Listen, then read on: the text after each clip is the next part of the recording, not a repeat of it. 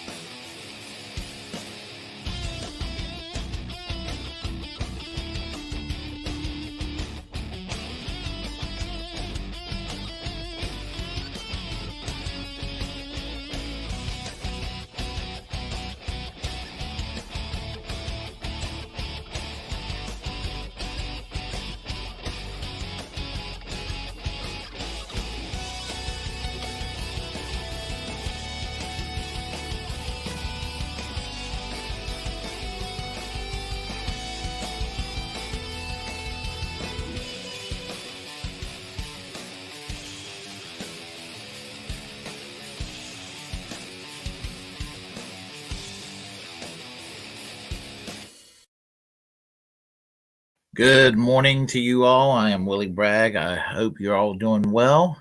Before we get started, hit that like button because it helps with the algorithms. Subscribe to this channel here on YouTube by hitting that the subscribe button, the notification bell, so you can always get all my videos as they come along, whether you like it or not. Follow me on Twitch because I'm also available on Twitch. Do your Facebook requests of me on Facebook and follow me on Twitter. And you will all get Willie Bragg all the time. So that's what you got to do. So choose one or choose them all. So anyway, we talked about Briahna Joy Gray a little bit earlier with regard to Marianne Williamson and the dirty break within the Democratic Party, being the quote-unquote new force to vote. That's just my take on it and all. So in context with Briahna Joy Gray, then for the life of me, she's got a lot of haters, and I don't really understand that sometimes, but she manages to get a lot of hate, and I, it's too bad. But anyway, you know her mostly from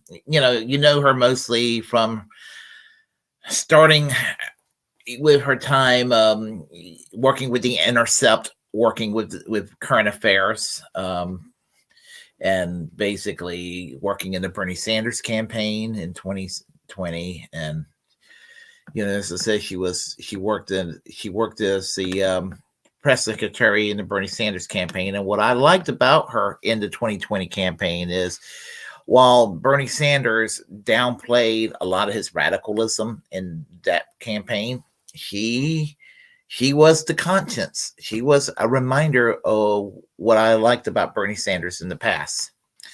And whereas everybody else were trying to acquiesce to being normie Democrats, and she wasn't. She wanted to remain very independent, and that's what I liked a lot about her. So, as I said, she works for Current Affairs magazine, edited by Nathan Robinson, and she worked in the past.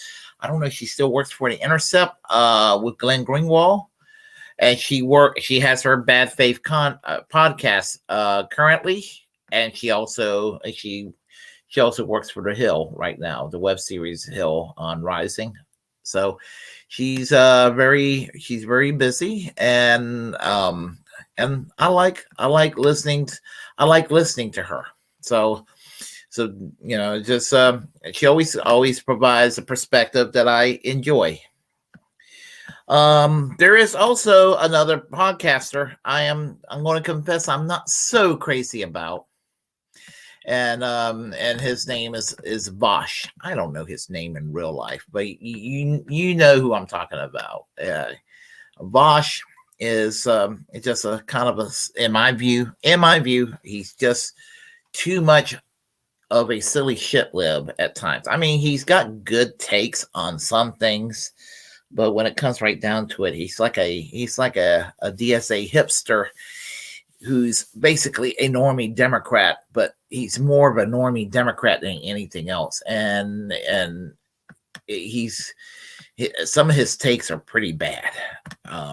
And he's like a lot of conservative Democrats that I had to deal with on that frustrates the hell out of me. And there's a lot of folks that have kind of nicknamed him, and these people really don't have any love for him. They call him Vaush Limbaugh. And I think that Vaush Limbaugh is actually very appropriate. And that's why I refer to him as Vaush Limbaugh in this video, because of his just his bullshit and his Briahna Joy Gray derangement syndrome. He has a tendency to, even though in a lot of ways Vaush would be classified as a dirtbag leftist, just as I kind of call myself that, just out of humor. And he does have some of the major traits of what is a dirtbag leftist. He also has the take of a lot of shit libs and boutique leftists too. That's kind of on the cringe side. So, yeah, he's sort of a little bit of both. So anyway, I'm going to go ahead and we'll start with a little bit of a teaser. I played this the other day with the interview with Jamar Jabari and Thomas Salisbury, who came in later on.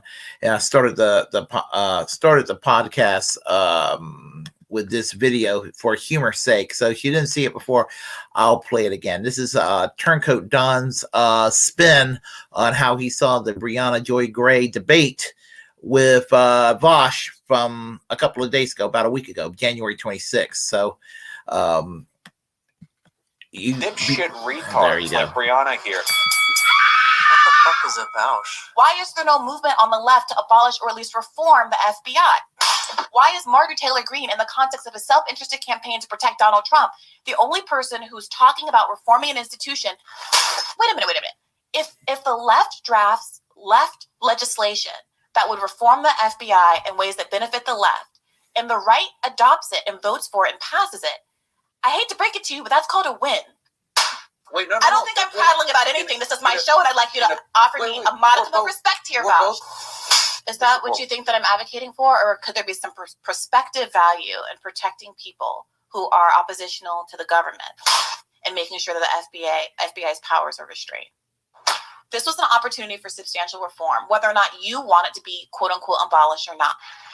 And it was an opportunity for liberals, leftists, whomever in Congress who are elected to call Marjorie Taylor Greene's bluff and say this is actually populist legislation that protects vulnerable people against the overreaches of the government. I said this at the beginning, and I would just like to say this again. And I hope that we don't have to keep going back to this point. There is a difference between Republican voters, regular conservative people to whom these arguments appeal, and elected conservatives.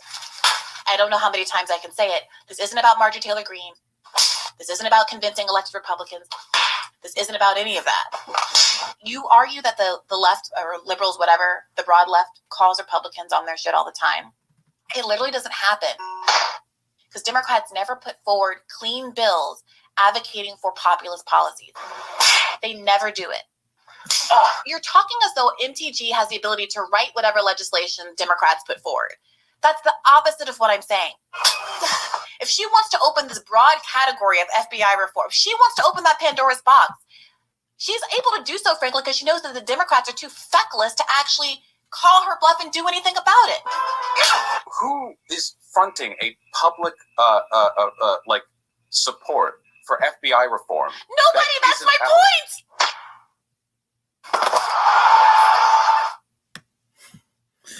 Now, I want to make it clear, nobody on this show, because it's just me, myself, and I, nobody advocates literally that sort of behavior. But that's essentially what's happened intellectually, what happened to Vaush the other day. He got an ass whooping. And he, in my view, he deserved it. So I'm going to go ahead and play the video in question from last week, January 26th, and I'll go and occasionally give you my take on this sort of thing, and you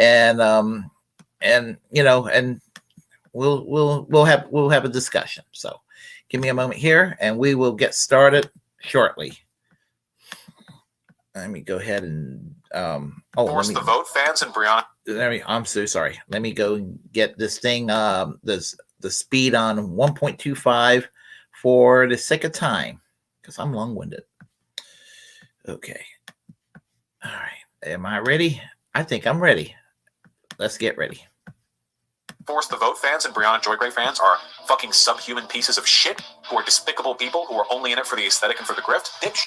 Nope. No, we're not, Vaush. Those of us that support Force the Vote, we support Force the Vote because we believe that we're so tired of decade after decade after decade after decade of waiting for the United States to catch up with the rest of the Western world to have something that they take for granted, and that is basic free medical care for every man, woman, and child in the country. And it is absolutely ass backwards that we have to sit there when there is a Democratic presidency and a Congress that are supposedly going to be on the side of the quote unquote people, and with a pandemic, and we can't sit there and force these motherfuckers to go and do the right thing. No, Vaush, you're full of shit.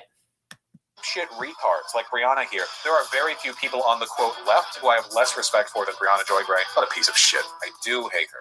We're never going to have her on the show. Briahna Joy Gray is a truly reprehensible person. They are spineless, grifting, weaselly, worthless little pieces. An idiot. I have no respect for Briahna Joy Gray. This is what we call a Joy Gray moment right here.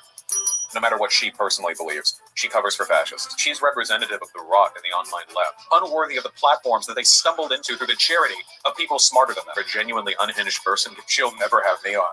You'll never have me on, will you, Briahna? You know that wouldn't go well for you. No, Vaush, it's not going to go well for you. But anyway. I'm excited to be joined today on Bad Faith Podcast for the first time by prolific Twitch streamer turned YouTube streamer. Vaush, welcome to the program. Hello, what a pleasure to be here. Hope you're doing well this fine morning. I am doing well. Look, so the reason I wanted to talk to you today is because I had the pleasure of meeting you for the first time on Rising last week. You know, we were brought on, the producers reached out to you to come and talk about some of the discourse that's been going around about Andrew Tate and this crisis of masculinity that seems to have been an ongoing problem and trend for some years now.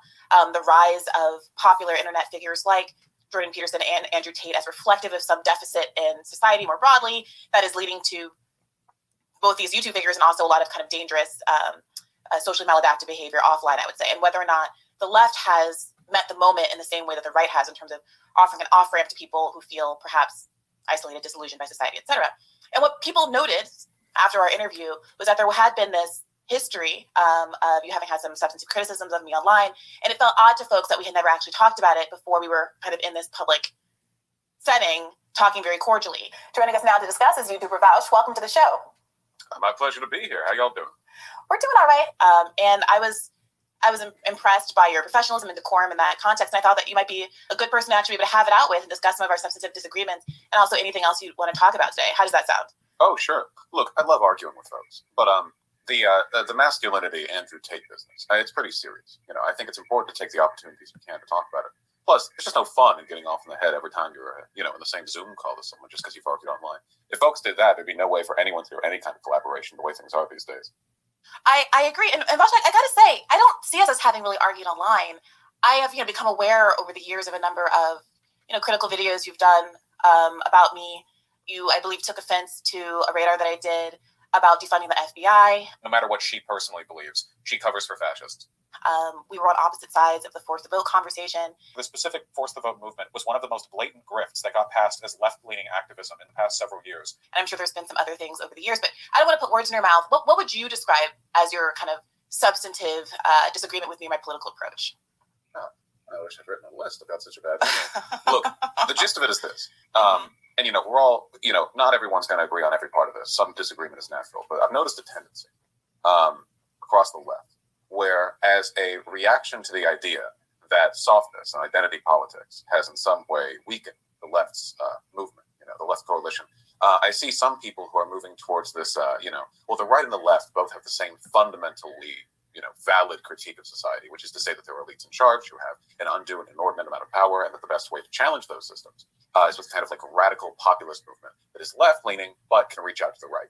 Principally, I don't disagree with this. It's definitely possible to take right populism against economic elites and turn it in the right direction. Sometimes they're just mad about Jews. Really a coin flip on that one. Notice sometimes this discourse sort of spirals off and sends people in a bad direction. I've criticized Jimmy Dore plenty because I feel like he's one of the poster children of this particular movement, to the point now where he's just a Republican, indistinguishable in every way. Okay. Notice how two-faced Vaush is. He meets her, well, not necessarily in person, like physically in the same room, but on Rising and on over here on Bad Faith. He's all polite and all decorum and everything like that. But okay, he's sort of hinting red-brown alliance and everything. I don't like a red-brown alliance. I don't. But, there's nothing wrong with reaching out to conservative-minded people and trying to convince them that with convincing them that good ideas are on the left. Come to the left, to try to persuade them that their reactionary ideas, maybe they should discard some of their reactionary points of view. And there's nothing particularly wrong. Look at it as a loaf of bread. If you go and cut a loaf of bread to one side and one side and one side and one side, you'll eventually not have that loaf of bread left. It will be no bread at all. That's an analogy I like to use. It may sound like a sloppy analogy, but that's an analogy I'm going to stick with at the moment. But the point is that I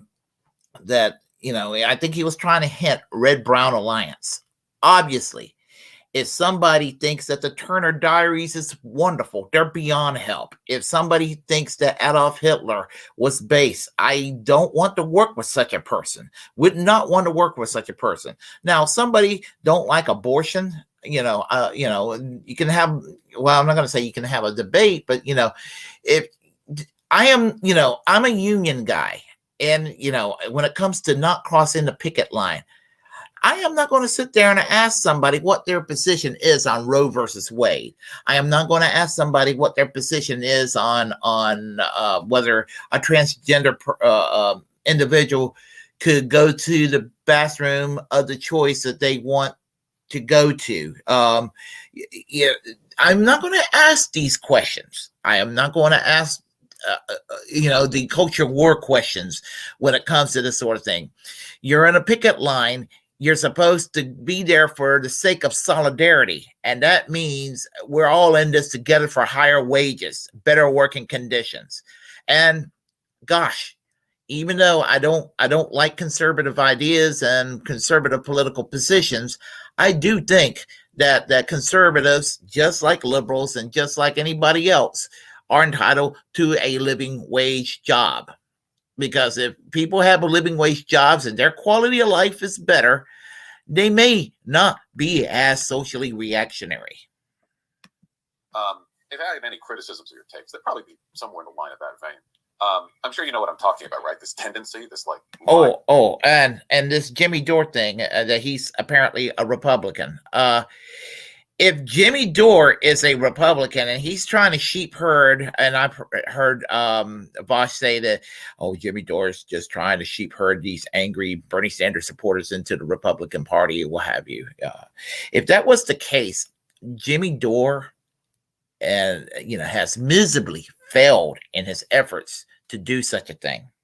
He's miserably failed in doing such a thing. Because I am critical of the Democrats, but that doesn't mean that I want to vote Republican. Now, I'm not sitting there and talking about people who are ordinary citizens who are Republicans. My beef are with elected Republicans. My beef are people in think tanks and in media who pursue a right-wing agenda, a right-wing worldview that I think is destructive. But I'm not talking about my next door neighbor. I am not talking about, I'm not talking about my next door neighbor or people who I work with or the priest who will put the sacrament in my mouth on Sunday morning or what have you. I am talking about, we're talking about actual people who are politically powerful doing horrible things. There is a difference. So just want to get that out of the way. Line that's been drawn. Yeah, I've heard people make that criticism, but I'm often confused as to why people make that criticism of me. So, for example, I know that you did an extended video on my Marjorie Taylor Greene is right radar, right? Which was an argument attempting to, with a provocative title and framing, say, hey, conservatives, not conservative leadership, I want to make sure that we make a distinction between, we're talking about Republicans or conservative voters versus Republican or conservative politicos who I think are often acting in bad faith, whereas some voters have a good faith interest in a lot of these issues where there's overlap between the left and the right, but are being drawn to the right because they don't see space for it on the left. I just want to be clear. I'm not giving any credence to what Marjorie Taylor Greene is a person to say. But in the context of that radar, I'm saying, okay, let's acknowledge that for once, the right is adopting a position that has long belonged to the left, that these deep state institutions have historically over-targeted the left and progressive movements, whether it's the Black Panthers, whether it's communist and socialist movements in the first half of this century. And let's make sure that people like Marjorie Taylor Greene, who is not a good faith actor, who is buffoonish in her takes and in her politics and in her behavior, let's not let her be the one that owns the space. Let's use this opportunity, this opening that Republicans have set up to actually advocate for the kinds of reforms to these institutions that the left has always wanted to have. Let's take this moment and write it in our own image instead of completely abdicating our voice in this space. And I was really clear in that radar. I don't like Marjorie Taylor Greene. What she's fighting for is stupid. She just wants to insulate Donald Trump. I say all of these things repeatedly. I say repeatedly that the right is not the answer, that people should not vote Republican, that I vote independent, that I would never vote Republican. And yet, despite what I feel to be, an almost exhausting level of caveating, inevitably there's someone who pipes up and says, oh, Briahna Joy Gray is running cover for Marjorie Taylor Greene. I think I called her, I forget what epithet I called her in the course of the radar, but it wasn't nice. Slur, no doubt. LOL. But you know what I mean, Vaush. So what do you say to that? Oh, Okay, I want to talk about that too. Likewise, there's nothing about Marjorie Taylor Greene that's even remotely positive in any way, shape, or form. When I say that I despise Marjorie Taylor Greene, there are no words of contempt that would describe my personal take on Marjorie Taylor Greene. I think she's one of the most toxic members of Congress. I don't even think she should be in Congress for her role in January 6th, 2 years ago. She should not be in Congress for her role there. And she is a very dangerous person. I don't mean dangerous in a badass sort of way. I mean dangerous in a very, very a way that could have negative repercussions in the way we move forward as a society that purports to be a free society. And she could make our society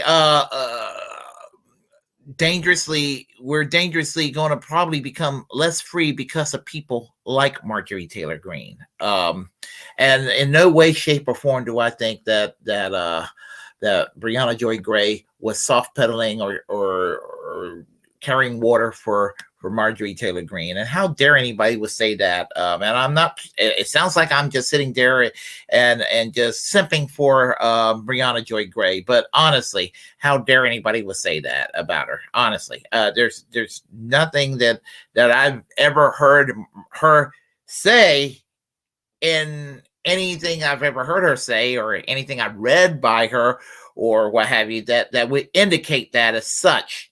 This is another example of people who are on the left were people who are to the right of that left individual, calling that leftist individual, in this case, Briahna Joy Gray, calling her right wing. I mean, this is another example of this. I remember that. This was the FBI discourse. It just, in the terms of Marjorie Taylor Greene and the broken clock being right twice a day thing, it reminds me a little bit of like a Holocaust denier who, will briefly acknowledge the existence of the Holocaust only when comparing it to, COVID lockdowns or something, right? Very marginal, very narrow. I'm going to take the correct sort of framing on an issue for just a second, so it allows me to take, an awful take. Because I don't think, and you said this, right? I don't think Marjorie Taylor Greene really has an issue with the FBI. Oh my goodness, sorry, so early. The FBI or institutional power. It's really just a matter of where it's being used. And I'm kind of curious about the way it's, kind of taken shape in this discourse too, because I don't really have an issue with the way the FBI has been behaving with regards to like the raid on Mar-a-Lago or any of the recent investigation stuff since the Trump administration. I mean, it's still the FBI, right? Not exactly an ally of the left, but broadly as an institution of the state, as the Fed. The issue I have when it comes to Trump is that there were people far worse than Trump that has gotten away with a lot of crimes. George W. Bush, Dick Cheney, John Bolton. They killed over 1 million people in 8 years. They killed probably over 1 million people in 8 years and probably made the world, in a lot of ways, they had kind of paid way to the situation we have right now with Ukraine and Russia, I would say. And this sort of thing, and they walk around not only as free but rehabilitated because of a demented hatred of Orange Man. There's plenty to dislike about Donald Trump's presidency. Would not want him back, but there are far worse people than him. And as far as FBI raids in Mar-a-Lago, what have you, I would be more impressed if George W. Bush and Dick Cheney will be put under the arrest first. I'm more concerned about putting George W. Bush and Dick Cheney behind bars than I am Donald Trump. There you have it. But they walk around free. Feds. In doing, it seems, a relatively upstanding job, certainly compared to what they've done in the past. I worry about fomenting any kind of opposition to them now in the context of how the right sees them as being, if you accept the FBI as bad broadly, you're kind of giving leeway to the right there to make invalid criticisms against their behavior when they're targeting legitimately stuff they've done. So I think that's a perfectly legitimate argument, which is why, literally in the context of that radar, I said, part of the issue is that elites want to change institutions when they start to hold elites accountable. And that historically, the FBI and these kinds of deep state, for lack of a better word, institutions have been used to run cover for elites. And that's exactly what's happening right now. So regardless of how you feel about Mar-a-Lago, whether was a political raid, and of course, there's all this stuff going on now with Biden and whether or not he's being treated similarly or differently. And that's a whole other quagmire. But regardless of whether you feel like Trump is being unfairly persecuted by the FBI or not, the left knows how it feels about the FBI. And why not let the left make its claims about how the FBI should be reformed in a progressive way? If you have concerns about the right only using this issue of FBI reform as a way to insulate Donald Trump. And I find that a lot of conservatives in the rising audience, for instance, are very hostile to the idea that a powerful institution would be weaponized to defend the rich but attack the poor, or even attack the left and attack the otherwise marginal. And they are open to that argument. And they, in fact, were very receptive to that argument in the comments of that video and elsewhere online. And so, again, I wonder what you make of that. I feel like that's a legitimate point that you made and one that I addressed in the context of the radar. So why the kind of hostility about the radar in particular? Well, because of the framing, which, to be fair, you kind of the Biden thing ain't really comparable. The raid on Mar-a-Lago was because Trump had failed to comply with pre-existing demands to turn over the material. Seems like Biden just, dropped spaghetti out of his pockets and left a bunch of documents everywhere. Stupid, no defending it. But which is a neutral point, a moot point rather, because of Biden and because of Trump doing pretty similar things. We can argue which one was more irresponsible than the other. Yin and yang. Nothing's going to happen to either one of them. So, and nothing will, because if one goes down, the other will too. Not really federal raid territory. No, I don't think they're comparable, and that's why Biden wasn't raided. I do think that because Biden took the position when the Trump documents were outstanding, that it was deeply irresponsible for a president to have been in this position. That I think he said something like, no one should ever be president who was so irresponsible with documents. And now here he is, obviously in the exact same situation. So I do think Biden set himself up for a number of comparisons and claims being made about his fitness because of overreaching with the Trump argument. I totally get it. I'll tell you a secret. I voted for Bernie during the primaries, not Biden. Yeah, I'm aware, but you did vote for Joe Biden during the general election, and you advocated for people to do so, which is perfectly fine. But I do believe that's another point of contention that you've had with me, that you disagreed with my hesitation to endorse Biden so quickly, and my demand that the left hold out, and including Bernie, hold out a little longer in the endorsement process until he had gotten something more in the line of concrete concessions from Joe Biden.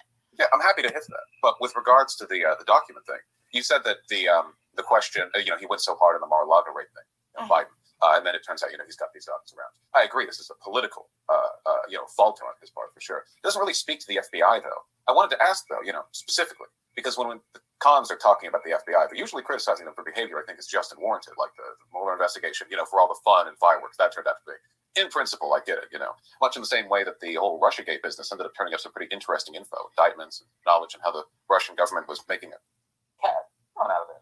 Silly. The Russian government was making a good effort to, lean on the scales however they could. It seems like, at least at the moment, I don't really know what you mean when you say reforms to the FBI. What does that mean? Because when MTG says it, she means like, don't go after cons ever. So like, what reform are we like looking for here? Well, to be frank, what MTG was advocating for was abolishing the FBI. That's what was trending. That's the phraseology that people were using, abolish the FBI. And I am in favor of abolishing the FBI. That's always been my position, to abolish the FBI and to abolish the CIA and to abolish all these agencies that have infringed on people's rights in this country. And we probably would not have problems with other countries if we didn't interfere in the affairs of countries around the world. And I want to say hey to Joe right now. I really feel honored seeing Joe on the chat line. So anyway, we'll continue. Of the mind that given the historical, I believe in the radar, I mentioned that 85%, I think it was, of all FBI investigations, wiretapping, assassinations, all of the things that it's done have targeted the left. So on balance, do I care about the Mueller investigation or a raid in Mar-a-Lago as compared to the murder of civil rights leaders and the wiretapping of everybody from Martin Luther King to Elvis? No, I would happily abolish the FBI. So that's top level. If people are making that argument, even if it means incidentally that there are some, let's say, legitimate investigations that don't occur, I personally, on balance, would be happy with that compromise. So that's not a compromise that needs to be made. Any number of institutions exist to investigate errant presidents and the like. The DOJ can continue to exist. This argument is often brought up in the context of, like, let's say, abolish ICE or abolish the police. Abolish the NSA. There have been institutions that have accommodated the needs of those institutions before those relatively newer versions existed. And I don't think that simply asking for substantive reform or abolishment of one institution means that everyone else gets off the hook, which is, again, why I made it clear in my radar that advocating for systemic reform for the purpose of insulating elites against criticism is absolutely the opposite of what we should do. But we should be cognizant of the fact that these institutions are designed and are put in place to do the exact opposite, to protect elites and target people who are marginalized politically or otherwise. And if the right wants to kind of step in it by popularizing the idea of abolish the FBI, and if that movement's going to have some kind of legs, rhetorically or otherwise, if there's going to be a moment for that, why not have people who are much more knowledgeable than I, frankly, design the kinds of reforms they think would actually be beneficial to the left? And I had some people on the podcast to try to talk about what those reforms would actually be. I think it was Alex Vitale, and then I think I spoke to also Cornel West shortly after to try to pin them on what they would advocate for in terms of substantive reforms to the FBI and whether they thought that this was a moment that the left should be pushing. And while I think that Cornel West did agree that this was something that we could politicize and take over if we wanted to, I think very few people were willing, or maybe just hadn't put enough thought in it because it's a new moment, into what constructively, or concretely rather, that would look like. But I think it's a conversation the left should be having, right? That's a conversation go ahead. That's my issue. The left should be having this conversation. There's not enough talk about civil liberties in left-wing circles, and if the quote unquote right, such as Marjorie Taylor Greene, allows to have the upper hand in this in such a debate, there will probably be likely a Ron DeSantis presidency. Now, I am glad that they did scrape aside the Disinformation Governance Board supposedly last year. Imagine what would have happened if this disinformation governance board would have been in full effect, of course, right now, if this disinformation governance board in full effects with Nina Yankowicz doing her thing, censorship would be a heck of a lot more toxic than it is at this point. It'll be a hell of a lot more silencing of people, making it will make Elon Musk look like a free speech absolutist at this point. If this disinformation governance board would have been in full swing, and you know what would have happened? You would have probably seen the Republicans have more than just a couple of seats majority in Congress. If this would have happened, and you're likely to see a Ron DeSantis presidency in 2024. Russell Dobler from Due Dissidence predicted that there will be a Ron DeSantis presidency. Now, imagine a Ron DeSantis presidency with a disinformation governance board. You think the Republicans are going to be like, well, we're pro-liberty. We're going to get rid of all this surveillance stuff around here because we're pro-freedom. Hell no. They will go after their opponents. You see some of the anti-riot laws that exist in some of these red states. And remember the Insurrection Act that Trump tried on protesters back in the summer of 2020. He tried, didn't quite was able to do it. There will be a lot of authoritarianism. So it is good for the left to go ahead and to own an issue and not to let the other side do it. Now, I have no problems and qualms when it's someone like a Rand Paul type, even though I have disagreements with libertarianism on the economic sphere of things. I have no problem with a Rand Paul, for example, but I will have a problem with a Marjorie Taylor Greene. And so I agree with Briahna Joy Gray. And Vaush is wrong as usual on this, as he is on most of his streaming on most issues. You're right. Alex and Cornell aren't the people with their hands on the levers. The right is, or at least potentially could be. Well, what do you mean by that? I mean that right now, we talk about material conditions. The historical context of this discussion, abolish the FBI, this is not one in which we're having a level-minded conversation about the exact ways in which to reform the institution. I agree, but that's exactly what I'm pushing for. No, well, but hold on. But it ain't happening. Right, but why isn't it happening, Vaush? Well, this is the same issue I had with endorsing Biden. There isn't a third option. You've got exactly two in this case. Well, there was a third option, and I know that because I voted for the third option. Well, no. Yes.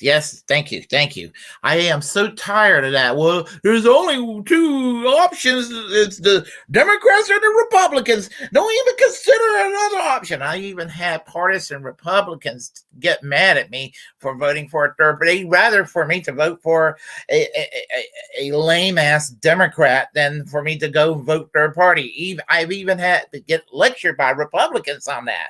Believe it or not, you would think even some Republicans would be like, "Oh, good, that's a vote away from a Democrat." No, even Republicans get mad at me when I tell them I vote third party. It is so weird, and I hear people tell me, they get so mad at the two-party system. I was like, okay, there's always some choices on the ballot box in most states. They're not necessarily the best choices, but you got some choices other than Democrats and Republicans. Why don't you go and do that? Oh no, don't be throwing my vote away. I'll be throwing my vote away. No, they can't throw their vote away. They rather just they shit their vote away on a Democrat or a Republican. It is most frustrating. What is the harm to just go ahead and vote for an independent candidate outside the two-party system for a change? Just give it a shot. Just give it a chance, people. In the general election, not the primary. Yeah, no, in the general election, I voted third party. Right, like I said, there were two options. Two options that can happen. Well, hold on. I've never really given a damn about, well, here's a edge case that perfectly represents my virtues or whatever. You've got what you've got. In the case of the FBI, just to be clear, Vaush, I didn't vote third party because it represents my virtues. I represent third party because, practically speaking, if third parties get, I believe, 5% of the vote percentage, they get additional funding. It makes it more possible for a third party to get ballot access and to be an actual contender and change that oppressive two-party duopoly reality that we live under today. It's a real thing that could happen if enough people actually do, in fact, vote third party. Okay, and I'm happy. And not only that, and what she said is true, and that's why there needs to be a movement for a third party. But there's another caveat. In countries that have 2 rounds of presidential elections, like they recently in Brazil and earlier, actually in France and in Brazil, where there's like instant runoff. Okay, like for example, in France, it was a choice between Macron and Le Pen. Okay, in that second round, yeah, both choices stink to high hell. But you know what? In the first round, you had a list to choose from. So when you go and choose the lesser of 2 evils in the second round, that's not as bad as just this system of winner take all. And when you go over there and vote for the least shitty of the 2 candidates that are likely to win, the way it's set up here in this country right now. So, I take the instant runoff anytime, even if we have to go and choose the lesser evil in the second round. That is a much better system than what we have here. Vaush is so full of shit. Happy to support in a way that throwing my vote away for Joe Biden in Washington, D.C. is actually doing nothing with my vote. So we're talking. Yeah, that was a wasted vote, a vote for Joe Biden. Biggest garbage vote imaginable. Talking about political pragmatism. He became president. Right, with or without my vote in Washington, D.C., not even a state, that is the most effective way for me to actually politically represent my interests. My point here ain't about criticizing your vote. It's that only 2 people were going to be president, and there are only 2 real paths to FBI. No. But those are 2 different. But Vaush, I want to be really clear here. Mm-hmm. You said there were 2 options. You didn't say at first there's 2 options for what a presidential outcome was going to be. But my vote is not connected to what I want the presidential outcome to be. There are other political realities that my vote can determine. And it's the same thing with this FBI stuff. I would have loved a world, Vaush, where you and I were having a conversation about, gosh, I know the FBI has done a lot of messed up stuff. And if there's an opening here for the elected representatives to be a part of drafting what new legislation would look like to reform the FBI, we should be pushing for that and making sure that it's written in our image, not a right-winger's image. But instead, now you and I are back and forth on the internet, or at least you are criticizing me on the internet for even wanting to reform the FBI, which seems to me should be a pretty obvious bedrock. Abolish. I would also abolish the FBI, but should be a bedrock easy principle for left people to adopt. I don't think so at all. I think federal police are a fairly necessary institutional force. Much in the same way that in our current system we need, municipal police. Though obviously they are a largely harmful institution. You just can't up and abolish them. You need to take the work to put in systems that support the same basic functions and practices. Vaush, was your response to me that, well, I think that Briahna's going too far in saying that we should. Well, I ain't gotten to my point yet because we keep getting edge cased here. Yeah, Vaush, do you support the militarization of the police? The big problem is the militarization of the police, getting shit from the Pentagon.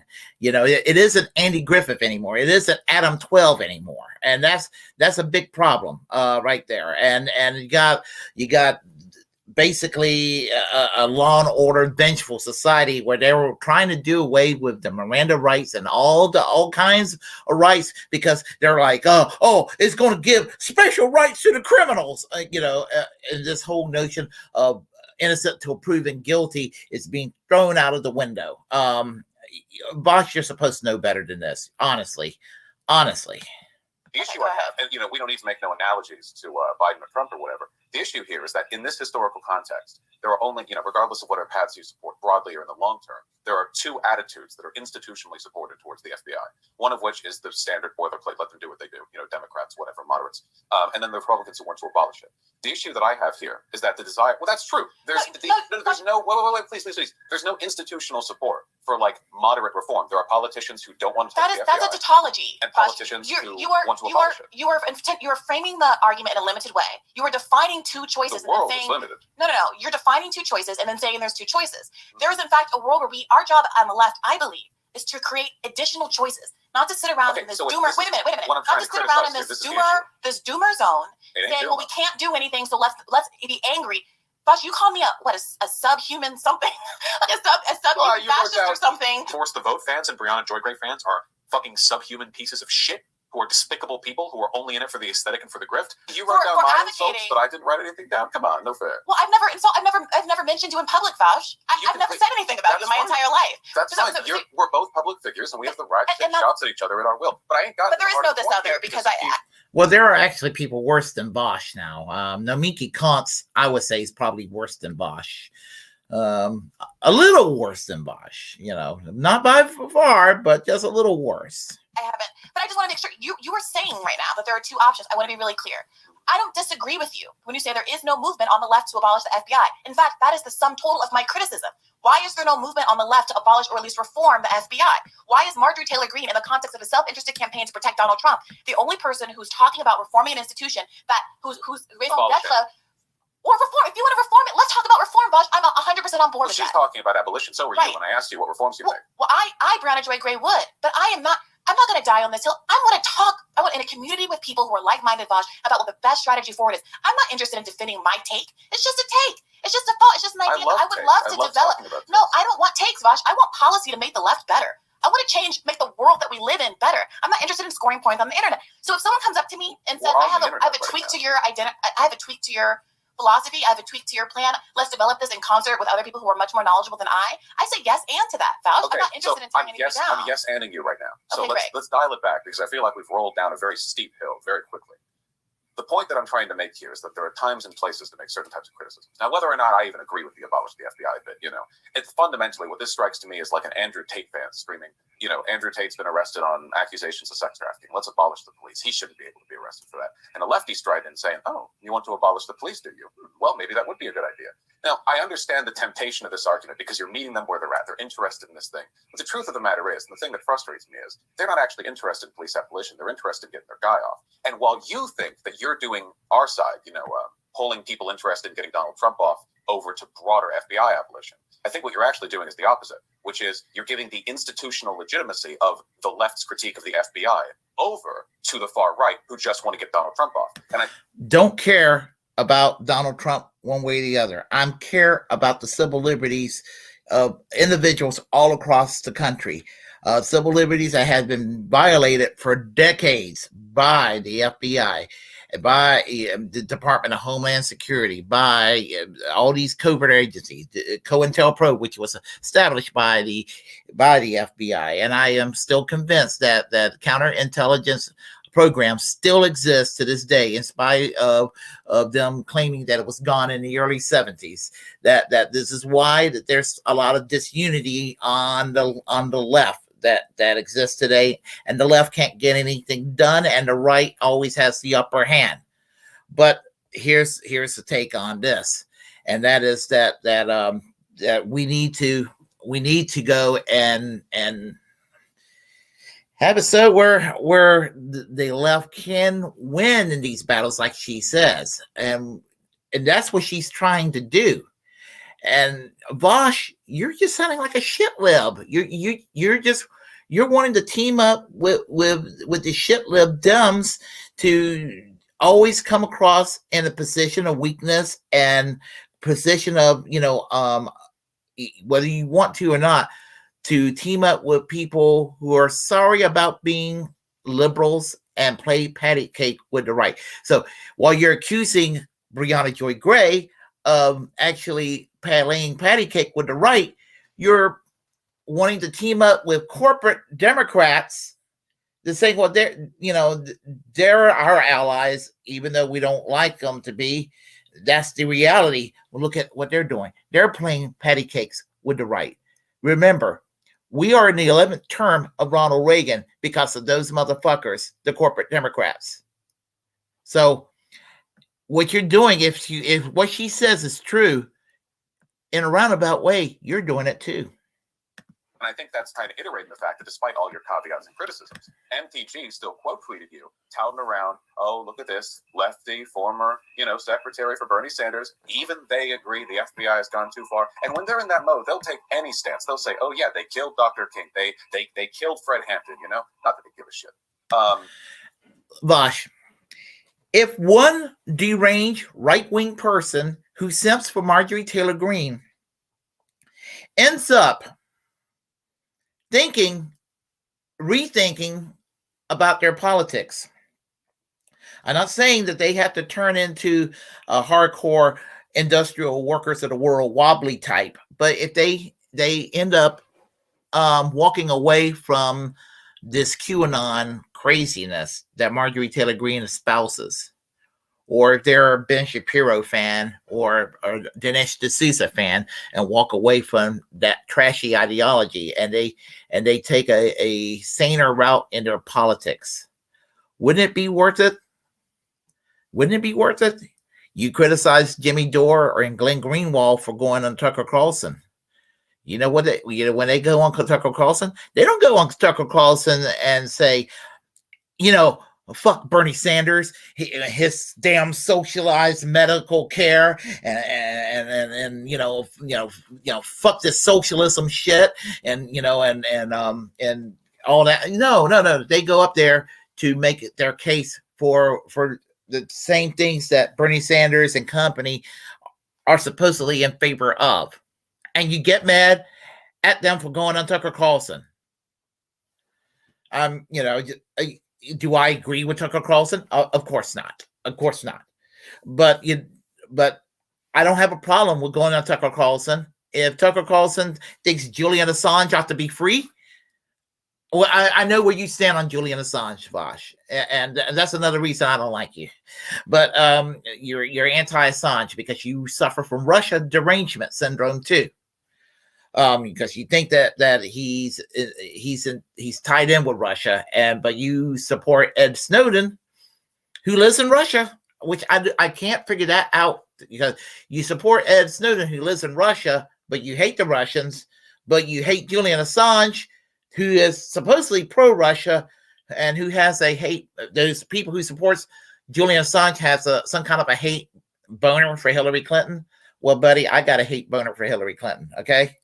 But there you have it. But I trying to figure it out is just crazy. And then they'll run with that as a specific part of their program to get their fascist wannabe dictator off investigations and charges. But I don't think it does much to support real criticism of the FBI. I think it taints criticism of the FBI because it associates them with this insane MAGA, hysteria. I think it worsens our arguments because it connects us and emboldens them to their argument. So what arguments are the left? You mentioned that this is the wrong time. Is there a movement separate and apart from the conservative movement that is at all vocalizing any interest in reforming the FBI in any way? I don't even know what reforms we're talking about here. What are we looking to do exactly? Because I don't know if I'd agree with that. I admit, the abolition thing is complicated. You can go a lot of roads with that. But in terms of reform, maybe, if you could bite into something a bit more moderate, what would you do exactly? Are we talking about more public warrant approval procedures on the part of judges, or like the pullbacks and what they can do to get wiretaps on? Or what would you do exactly? I think that it's remarkable that in 20 seconds of applying yourself to considering what reforms would be beneficial to the left, you came up with two that sound really good. However, the right one, though. But however, there's been absolutely no interest or any conversation in the least about that on the left. So here's my thought. I completely agree that Marjorie Taylor Greene and all of these right-wing figures are operating in bad faith. But they deny it, right? So what better way to demonstrate that their argument about abolishing the FBI is complete fluff that's only being used to insulate Donald Trump, one of the most elite people in the world as a former president of the United States, other than actually doing what they have not done, which is promulgating legislation from the left, for the left, that actually would be substantive reforms, the kinds of which I think would appeal to a right audience, a conservative-leaning audience, even if it would myth the elected Republicans who, of course, have bad faith interests. How would that own them, though? Wouldn't they want that? They don't like the FBI. That's just doing what they want. Wait a minute. No, Vaush. No. The right wing loves the FBI. What the right wing does not love about the FBI is that they don't like the fact that the FBI might be, quote unquote, too woke. That's what they don't like. Same thing with the CIA. They don't like the fact that the CIA is, quote unquote, woke these days. Whatever woke means in their eyes. That's what they don't like about it. They love the FBI. They love the CIA. They love the National Security Agency. You go back in time and look at them during the Bush-Cheney years. They couldn't get enough of the spying that was going on in the United States through the Patriot Act. As soon as Obama became president, all of a sudden they started to sound like they were lawyers from the ACLU, which we know that they were full of shit, you know. And for me, it's like this. I don't care whether these FBI people watch the 700 Club and masturbate with the American flag, or if they're LGBTQ plus and have rainbow flags all over the FBI office. No offense to the LGBTQ community or the rainbow flag in saying this. I don't care. What I care about is the bad things that the FBI has done over the years, and that doesn't change no matter the changing of the guard in Washington, D.C. Left legislation that would reform the FBI in ways that benefit the left, and the right adopts it and votes for it and passes it. I hate to break it to you, but that's called a win. That's a good thing that just happens. Would it prevent the FBI from continuing their investigation into Donald Trump, or would it be substantive reforms? Vaush, it's drafted by the left. So no, of course not. The left, I presume, it can do whatever they want it to be. Silly things all the time, you know. I'm not staking any claims here on their resolution. The Democratic Party that just spent the entire last 2 years making their entire identity about 1-6 and impeaching Trump for a million, over and over and over again, and 1-6 commissions and all of that, is not going to do anything that absolves Trump from responsibility. Nor do I think they should. Although they should have the appearance of not having a witch hunt, because I think that hurts them politically, and there's no need for any of that. If he's guilty, what he's guilty of, he's guilty of. And if reform is put forward that does not in any way impede the investigation of Donald Trump, it's a sensible FBI reform. The Republicans will just call it woke. They'll not vote in it, and none of their voters. Exactly. So here we are. This is Vaush, the Republicans will call anything woke. They'll call saving Social Security woke, or they'll call a slightly less conservative, watered down approach that by the Democrats to appease Mitch McConnell vision of what to do to Social Security. In other words, if Mitch McConnell wants to raise Social Security to 90, and the Democrats would be like, no, we'll raise it to 87 years old. The Republicans would be like, that's woke. You want to raise it up to 87 instead of 90? What are you, woke? That's the Republican Party right there for you today. They'll call anything woke. What I believe are the two options that exist. The left puts forward good faith legislation that would address some of the legitimate concerns that are being raised by the right about the FBI, not insulate Donald Trump from criticism, the FBI has spent the last 100 years of existence growing its power and growing its reach. There is, I think, a perfectly legitimate argument about various aspects of the way that the Department of Justice and the FBI have focused on Donald Trump and some... Like what? Inequities. Well, I thought you just said this legislation wouldn't do anything. Well, that's my whole point. So why are you asking about that, Vaush?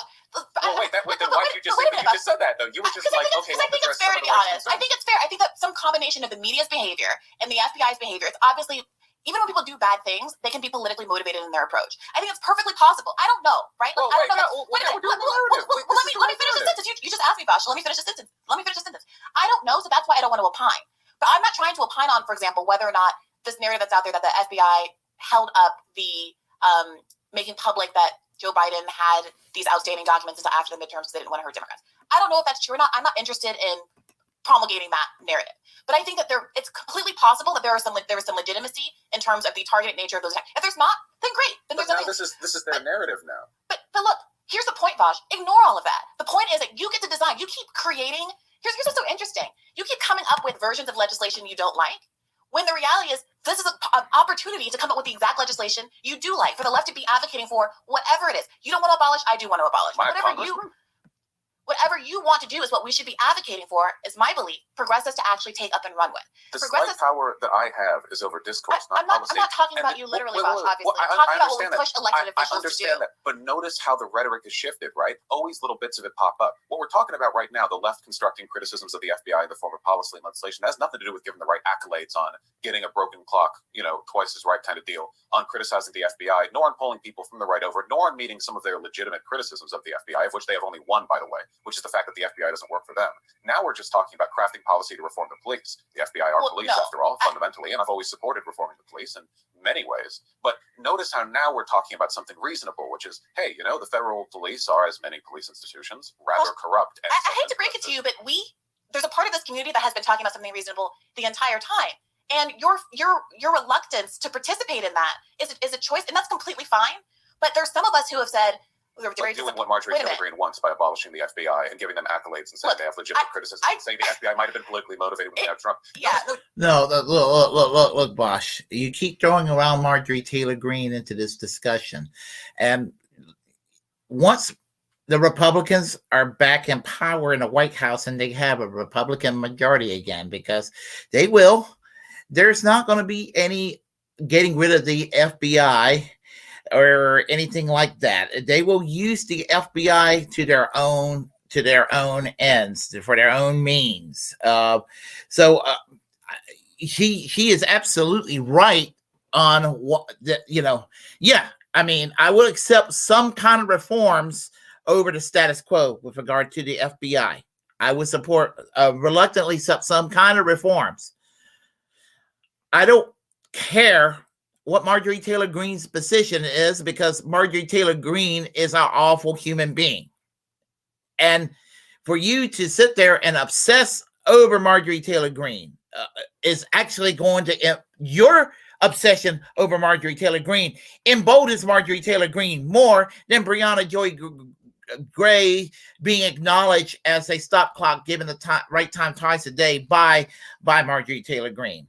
I mean, and if she is sincere that Briahna Joy Gray is correct, maybe that is good on Marjorie Taylor Greene's part. Maybe if QAnon Karen can change for the better, which I doubt, but if she can change for the better, that will also be a positive thing.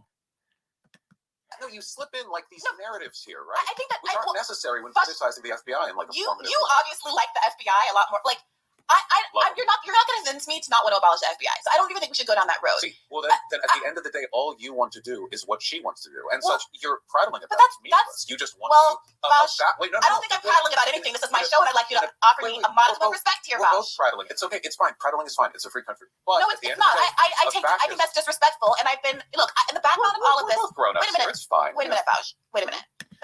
Vaush, it's not a free country. The country is significantly less free than it used to be. The background of all of this is you are sitting here in a way that is, and the background is I've been trying to downplay, I've been trying not to emphasize what exactly your response to my radar has actually been. The reality is you called me a subhuman piece of shit as a consequence of what I think is, and you just characterized as a reasonable conversation about reforming the FBI. I called you that over that. Wait a minute. I completely respect that you don't want to abolish the FBI. I don't care. We have a difference of opinion there. I don't think it's worth calling anybody names or accusing, any ad hominem attacks. But my point is this. If all you are willing to get to, if all the place where you're comfortable is to say, wow, in this moment, it would be nice if left progressives or Democrats in Congress were advocating for the kinds of reforms that they think are valuable in this moment to provide a meaningful contrast to the kind of self-interested, elite-protecting reforms that Marjorie Taylor Greene is going for. Wow, I should advocate for that. And to the extent that I think that Briahna is not advocating for that, I can say, well, I think that Briahna needs to have a more focused message. I think that Briahna is going too far, but I would advocate for this. And it is frustrating to me. I do agree with Briahna that it's frustrating to me that the left Congress members have nothing to say about any of this when they spent years talking about defunding the police, defunding ICE, and having this institutional critique. Where are they in this moment? Well, I'm not saying. Yeah, they're nowhere to be seen in this moment. And the squad are supposed to be principal civil libertarians on this, on such issues, and they're not. I mean, I don't even hear Bernie Sanders talk about these sort of things, and he used to at one time. He used to talk about this sort of thing and pertaining to matters of civil liberties, and he's gotten kind of lazy, not wanting to talk about this because it could upset his good friend Joe Biden. I don't give a rip about upsetting Joe Biden, or in the case of 2 years ago with regard to Nancy Pelosi's feelings being hurt over the forced to vote thing, a very, very wealthy woman who's has the best health care money can buy. Same thing with Joe Biden, having the best health care that money can buy, and virtually no financial problems to worry about. To worry about having their feelings hurt and all of that, just so you can't go to their cocktail parties and not go and meet up with the press and all these people from the squad, they're too good to meet up with independent media at the same time. But that's not what happens. Yeah, what are you saying? Well, I'm saying at the end of the day, you can dress it up as much as you want, but a fascist said that she wants to get rid of an investigative body that's investigating her corrupt dictator pick. And your answer to that was, yes, but for woke reasons. And that framing will always be something that I take issue with. It doesn't matter how sincere or legitimate the criticisms are. There are times when you have to understand that the material course of history is guiding your country in a direction where you're going to have to focus on other priorities. Like, it's with the police thing, right? We're in a very dangerous position in this country right now. Democracy might not last here. Nobody can see the future, but it seems like Republicans are pretty openly anti-democracy at this point. They've been working hard to get rid of it on whatever level they're capable of. Oh, agreed, Vaush. But, the Democrats are too. They are both pro-censorship. Only thing I would say about Democrats, they're a little more honest about the pro-censorship.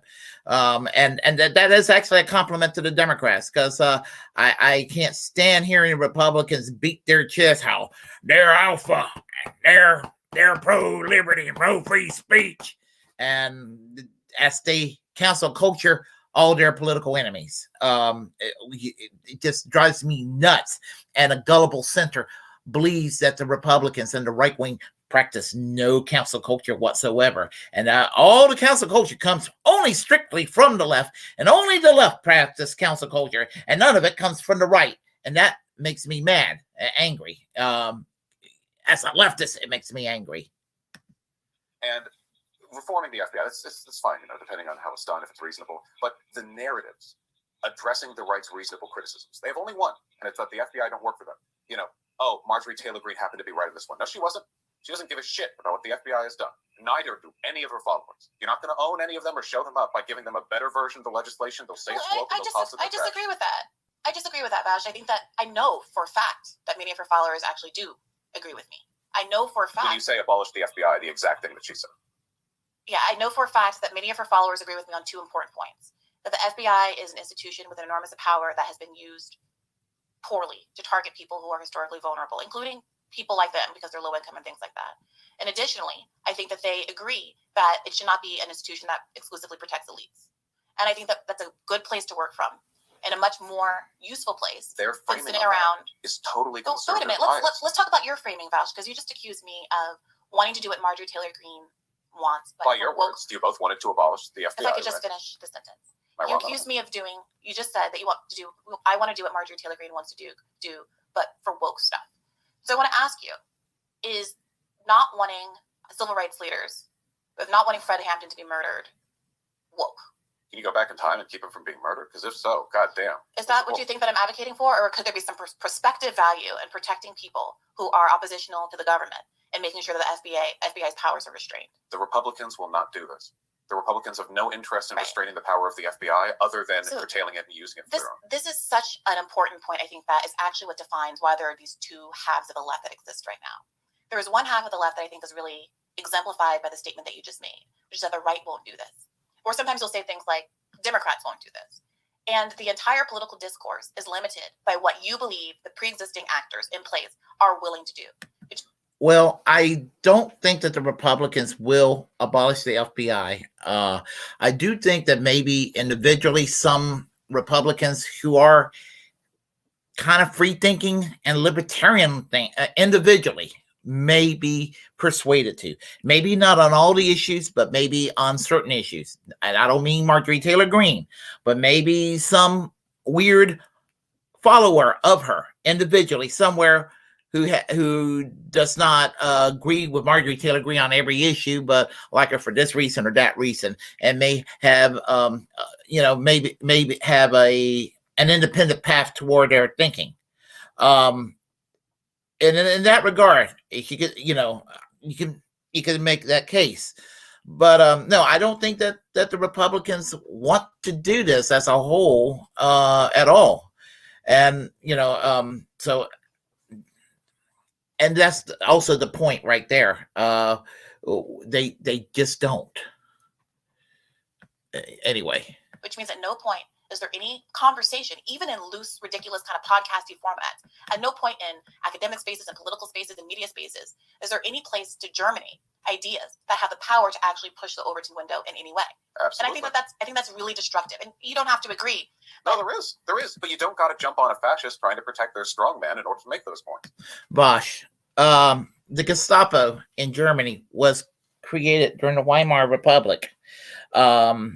It created to go after extremists on, quote, the far left and the far right at that time. It was created by this, the Social Democrats were in charge. I believe it was Frederick Ebert that was the chancellor at the time. I'm not sure, but anyway, the point I'm trying to make is that that they were the ones to set up the Gestapo, and later on, a really, really, really bad piece of shit by the name of Adolf Hitler took over, and those Social Democrats were rounded up and they were put in the camps with the Jews and with the trade unionists and with the communists and with the homosexuals and with the physically enabled and with the Jehovah Witnesses and with the gypsies and the Slavic people and other what Hitler called racial rejects in Hitler's worldview. And so you're sitting on a very dangerous path when you go on around and you're going to justify keeping some of these institutions around with the damage that could be caused with some very, very horrible people that could take over. I'm not going to say I'm not even going to say that Ron DeSantis is Hitler, but Ron DeSantis is Augusto Pinochet. Ron DeSantis is Antonio Salazar. Ron DeSantis is Roberto Duarte. Or Ron DeSantis, he's these people. He's Benjamin Netanyahu. He's Jair Bolsonaro wannabe if Bolsonaro would have actually had his way. Because all you're doing is legitimizing and giving left approval credence to them. Same thing Donald Trump did back in 2015, by the way, talked about how the DNC was screwing over Bernie. That wasn't him, and some lefties bought this. That wasn't him sincerely criticizing the corruption of the DNC. That was him, trying to, get a bite of lefty legitimacy as a maverick. But I love that example, Vaush, because the man won. The man became president of the United States of America because that message resonated, rightly or wrongly, bad faith or good. So if has he addressed corruption in the political institution? No, but I'm not Donald Trump. It's the reverse situation, Vaush. It's me saying to a conservative audience, hey, there's some legitimacy. Yes, I believe there's some legitimacy to your concerns here. Just like we opened this conversation talking about... No, there isn't, because their concern is that Donald Trump is being targeted. Just like we opened this conversation talking about how there's legitimacy to a lot of these men who have moved to the right because they feel like the social contract has failed them. They don't have a place in society anymore. They have leaned into a kind of misogyny because they don't have traditional gender roles to conform to and feel lost and lonely. I don't think the misogyny is okay. I don't think Andrew Tate is okay. I don't think rape is okay. I don't think any of that is okay. But there's an underlying there. I don't open that discourse by looking at Andrew Tate going on about how he thinks society has failed men because you can't rape women for free anymore and go, hey, he's right on this. Not about all of it, mind you, but he is correct in that society has failed men. Well, take it from there. I don't know what you're doing. I agree you have to read these people where they are. Stay there. Vaush, you're comparing not apples and oranges. You're comparing apples and washing machines, okay? Take their bad faith message and stay there. Stay there for a second. Stay there. I don't know what Andrew Tate said. I've never listened to Andrew Tate speaking. Same here. But if Andrew Tate has said something like a sentence like, I don't think there's a place for men in society anymore, I think it's 100% legitimate to say, look, I disagree with everything that Andrew Tate stands for. I think that he is normalizing rape and violence against women, and that's disgusting, and he'll probably be criminally liable for it. However, of course it's true to your audience, and then including people who are 13 years old, that there's a kind of a crisis of masculinity happening, and I think there are some interesting solutions over here on the left. Why don't you come join me and talk about them? But your I think solution that's is the same absolutely as Marjorie legitimate. Taylor Greene's solution. Abolish the FBI. I'm a little confused, Vaush, because you're doing her work for her, right? I don't know how many times I can say this. Do you want to abolish the FBI or not? I, Briahna Joy Gray, think that that's a perfectly legitimate solution. One that, by the way, I could be moved on with people who are knowledgeable about what parts of the institution should stay in place, what preserve a certain function that I might agree is useful, etc. Because I claim to be no expert on the entire workings of the FBI as an institution. That's why it's complicated. But it almost doesn't matter, because what I have said to you now repeatedly is that whatever version of the FBI reform that you support, right? Because abolish the police, there's a whole lot of things in there that a lot of different people believe. Some people think it's not really abolishment if you're replacing it with this other institution that you can call the police or not call the police, but has a very different function and different funding and different framing and all those kinds of things. But the point is, this was an opportunity for substantial reform, whether or not you want it to be quote unquote abolished or not. It's not an opportunity for substantial reform. And it was an opportunity for liberals, leftists, whomever in Congress who are elected to call Marjorie Taylor Greene's bluff and say, this is actually populist legislation that protects vulnerable people against the overreaches of the government. This is what you're purporting to want. And if you actually believe in it, sign on to this legislation. And when she doesn't, I'm like 6 words away from this. All right. Okay. You're 6. Okay. We're at the end. Okay. Where's the goal? And when she doesn't, that's the opportunity to call her bluff. Okay. You can't call their bluff. We've been doing this for decades. We literally haven't. The Republicans, no, you will. The Democrats have. That's how easy it is. No, they haven't. No, they have been. Because the Republicans will talk about any manner of emboldening or empowering the American people or helping the American people get more change in their pockets or lowering taxes or anything. And every single time the Democrats do anything that would objectively improve the lives of the working class, the Republicans go, this is woke, and don't pass it. Oh, any climate change reform? That's woke. Anything having to do with green energy?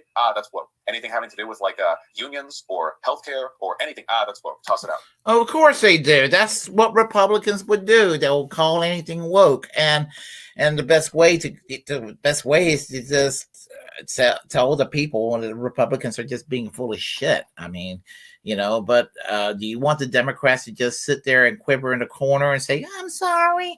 And that's what we're dealing with, Vaush. There is no calling their bluff, because while they may say they care about the FBI exercising power over the weak, internally they have a consistent message, was they want power and they want to kill you. You, of course, being whatever marginalized group is on the table these days. Well, that's true. That is true. That is true. And they need to be called out on it. And I think that Briahna Joy Gray is onto something, and she can convince people. You can convince people, individuals, and I think that you can convince many people that what the FBI has done over the years has been horrible to individual rights, and you can reach out to people's good side, their better side in that regard through the power of persuasion. We can have a government that's more civil liberties friendly, and we could probably see a whole lot less culture war rattle-sabling.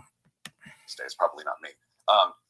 The idea that you I think that you're wrong about that, but I'm just going to put it in that, let you finish. Go ahead. You can't call their bluff on this. It doesn't serve any point. The only thing you're doing is listening to a fascist trying to embolden her political strategy for removing democracy and all the barriers that prevent her from doing so, and going, yes, I think that she's right on this point, and then you propose a solution identical to hers. And wait, and then the solution is not identical to hers. How many times are you going to say that straw man? Caveat. Now we're interrupting both ways.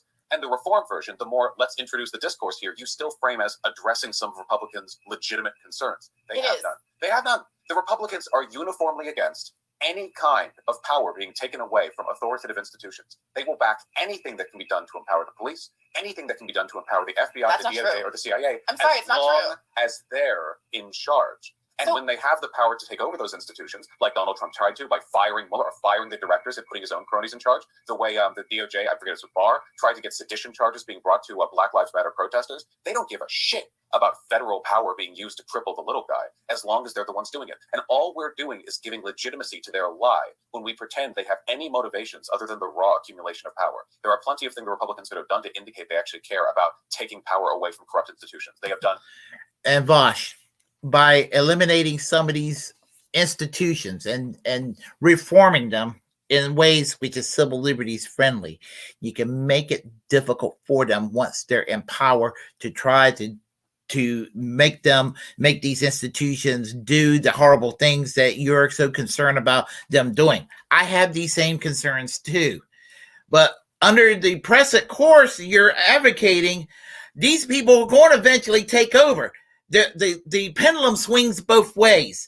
There will be a right wing coming back, and right now they're crazier than ever. And when they come back, they're going to come back and they're going to take the existing institutions and use it for their own means. And you got to go and beat them at their own game. And you're not willing to do that, Vaush. She is.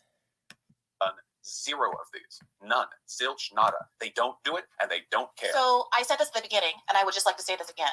And I hope that we don't have to keep going back to this point. there is a difference between Republican voters, regular conservative people to whom these arguments appeal, and elected conservatives. There's no need to debate what elected conservatives in a position of power, what their investments in preserving their own power. Everybody agrees about this. Just like we don't have to go round and round and round about whether or not Marjorie Taylor Greene was a good faith or bad faith actor. As I said repeatedly in my radar, despite you in your response to my radar accusing me of being credulous and taking her at face value, I don't know how many times I can say it. This isn't about Marjorie Taylor Greene. This isn't about convincing elected Republicans. This isn't about any of that. Voters it's the fact that regular people on the ground feel differently about this. And I'm sorry, like this is maybe just a difference of opinion, but my interactions with and real world understanding of the political smorgasbord that is the political diversity of this country and the random groups of beliefs that end up in any one given person who then identifies as conservative or liberal or somewhere in between. It's just not that neat and it's not that clean. And maybe we'll just disagree about this because we have different experiences in the world and of humanity.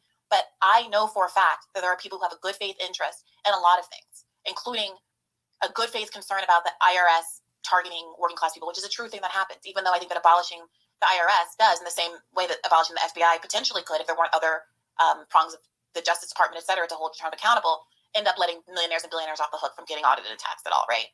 So I think that people, even though conservatives are weaponizing this IRS thing to try to, yes, insulate rich people from getting audits, it's good to say, hey, I hear you when you say you're concerned that the IRS has historically targeted the poor.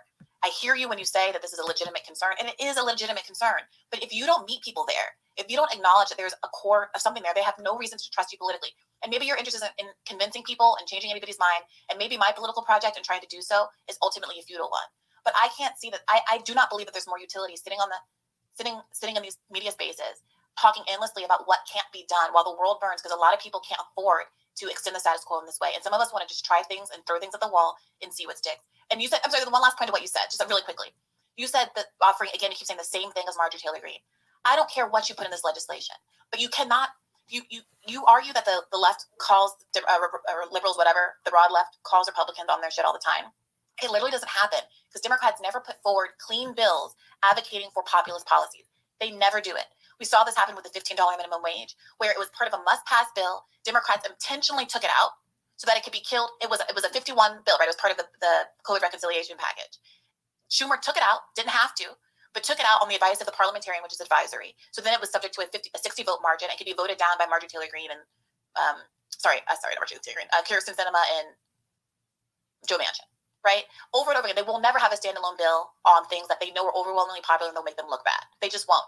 They barfagated the bill pack better. They do this over and over again. So we never get these clean demonstrations of Republicans are against XYZ. Look at how Bernie has to run around defending that he voted for the crime bill because it had the Violence Against Women's Act in it. That's what they do. In fact, that's what Democrats always do to provide cover for the fact that they are not actually a populist or worker-centered party in the least, and they actually want substantially the same kinds of economic policy that the Republicans want. They just want it to be a little bit nicer to the gays and the blacks and the immigrants. Not substantially the same when Republicans are calling for the abolition of the IRS, but I do agree that they're closer to the middle than a lot of people want to acknowledge. And the authoritarian center in both parties are as much at fault too, because there is an authoritarian center that exists in the political discourse, and I call it the Mitch McConnell, Chuck Schumer effect. They are the United States. I'm not making an argument for the efficacy of the Democratic Party here. I'm only saying that you can take a pretty clean look at what the Republicans or, McConnell failed to table or what they've shot down in the Senate or the House or whatever. It's pretty obvious that Republicans, just in terms of their policy prescriptions, once they get in office, are evil and want bad things. That sounds like a sort of childlike simplicity, but it's actually the God's honest truth. Fake complexity is as misleading as fake simplicity. They will vote against things that are objectively good for the American people over and over and over again. It doesn't seem to affect their voters' opinions of them that much. Now, I believe you can pull people over, by the way. You said you want to, build a project of reaching out to people and that the complex variety of their positions make a more, unique and fractured voter than what might be seen just by how people vote. And I agree with that. People are very complicated. The issue I have is that there's a critical difference between the situations we're talking about here. When it comes to the concerns of a voter, reaching out to them, taking their bad idea, like abolishing the IRS and saying, hey, listen. I don't think it's a bad idea. But if you want to call it not abolishing the IRS, if you want to call it reform the IRS, can we please just stick with that? If you think that Because it's not the same thing. Wait. I gotta finish. Okay, abolishing the IRS would absolutely be a bad idea. We have no systems in place. I'm sorry. I thought we were still talking about the FBI. I'm sorry. Oh, no, sorry. The FBI, but also more so the IRS. Okay, the IRS. Yeah, that's okay. But anyway, you take a Republican who wants to abolish the IRS. I think you can walk up to them. I think you can go, okay, listen, I got you, buddy. Okay, but we got to talk about this. Spin it off in some way. I think that's okay. The issue I have is who you do it to, on what specific issues, and how you sell it. MTG, I think, is a no-go. I wouldn't agree with her on literally anything that she said, did, or believed that I thought benefited her agenda, because her agenda is oblivion. Well, you agree with her on one thing. You agree with her about being anti-force the vote. Bingo, because that's exactly what happened. I have said this before. There's nothing about Matt Gaetz and Lauren Boebert and their allies, because there's a split with Marjorie Taylor Greene. There's nothing about them that I like in the least. But I have more fucking respect for Matt Gaetz and Lauren Boebert than I do AOC and company for this reason. They study the fucking left, and they saw an opportunity that the left missed with the force to vote. They saw an opportunity, and they missed the opportunity with this force to vote. They took that force to vote, and they got squeezed concessions out of Kevin McCarthy. And hey, they also made life a living hell for Kevin McCarthy. So they're probably my counterparts on the right that they are loving what was done to Kevin McCarthy. What I would have loved to see have done to Nancy Pelosi. Because even even if nothing would have been done, there would have been no healthcare reform, and Nancy Pelosi wouldn't be speaker. Hakeem Jeffries would have been speaker at some point. That's what would have happened. If you want to call that a worst case scenario, actually, that would be a worst case scenario, because Hakeem Jeffries is worse, and he's to the right of Nancy Pelosi. Having that said, the thing about it is that seeing her suffer would have been a reward enough. Seeing her suffer, seeing her humiliated would have been based. Because, tell you, what would have happened if Hakeem Jeffries would have been speaker instead of Pelosi? Not a hell of a lot anything else. What happened to the squad afterwards would have still happened to the squad. And there would have been nothing to lose for the squad to go and do force the vote. They should have done it anyway. And there's very few people who are against force the vote that I respect. There's a couple of people that I think are good faith actors that I'm okay with, that I think that they meant well with their arguments, but they're far and far few between. But I think that the average person against force of vote, they're either stupid or misguided or bought and paid for. That is the damn truth. And there you have it. Marjorie Taylor Greene obviously didn't support force to vote in the Republican side of the equation. So, there you have it. She's being the Republican Omiki Kantz. We both drink water, I guess. Sure. Wait, was she? Oh, that's right. Because she was one of the people who was consistent about it. Yeah. So we got water, sky is blue, and that. And, wait a minute. But why is it that it's like water, sky is blue when it's something like that? But to me, obviously wanting to dramatically limit the powers of an arm of the police state is a no-brainer consideration. The fact that me and Marjorie Taylor Greene are both interested in curbing government power is... She's not. She's saying... Let me rephrase. That she's saying she's interested in curbing government power is an opportunity for... I don't understand why you think that it's like you're talking as though MTG has the ability to write whatever legislation Democrats put forward. That's the opposite of what I'm saying. If she wants to open this broad category of FBI reform, if she wants to open that Pandora's box, she's able to do so, frankly, because she knows that the Democrats are too feckless to actually call her bluff and do anything about it. Democrats are weak as water. They are spineless. The world is the FBI. Nobody cares about the FBI. Well, you don't maybe care about that. No. You don't care about the FBI. No. The average American does not care about it. It's not like a key voters issue. Police reform is way more up there, and even that just gets towered over by other. But they're not doing that either, Vaush. That's the whole. That's what's so embarrassing about this whole fiasco. That we had the largest number of people in the streets in a protest movement in American history 2 years ago. To which the Democratic nominee responded, "We need more funding for more cops." Yeah, I agree. We won we anyway. live in a hell world. I completely agree. We're all why dying. do we live Everything in a hell world? Why is there no accountability? Listen, I like Biden did that, and you told people to go vote for Biden. Yes, without and I'll do it again. Yes, because there are two candidates who can win, and one is worse than the other. Hey, Vaush, you say you'll do it again, and people like myself, what we did in 2016 and 2020, we would do it again. There are two states. There are two states the FBI can exist in.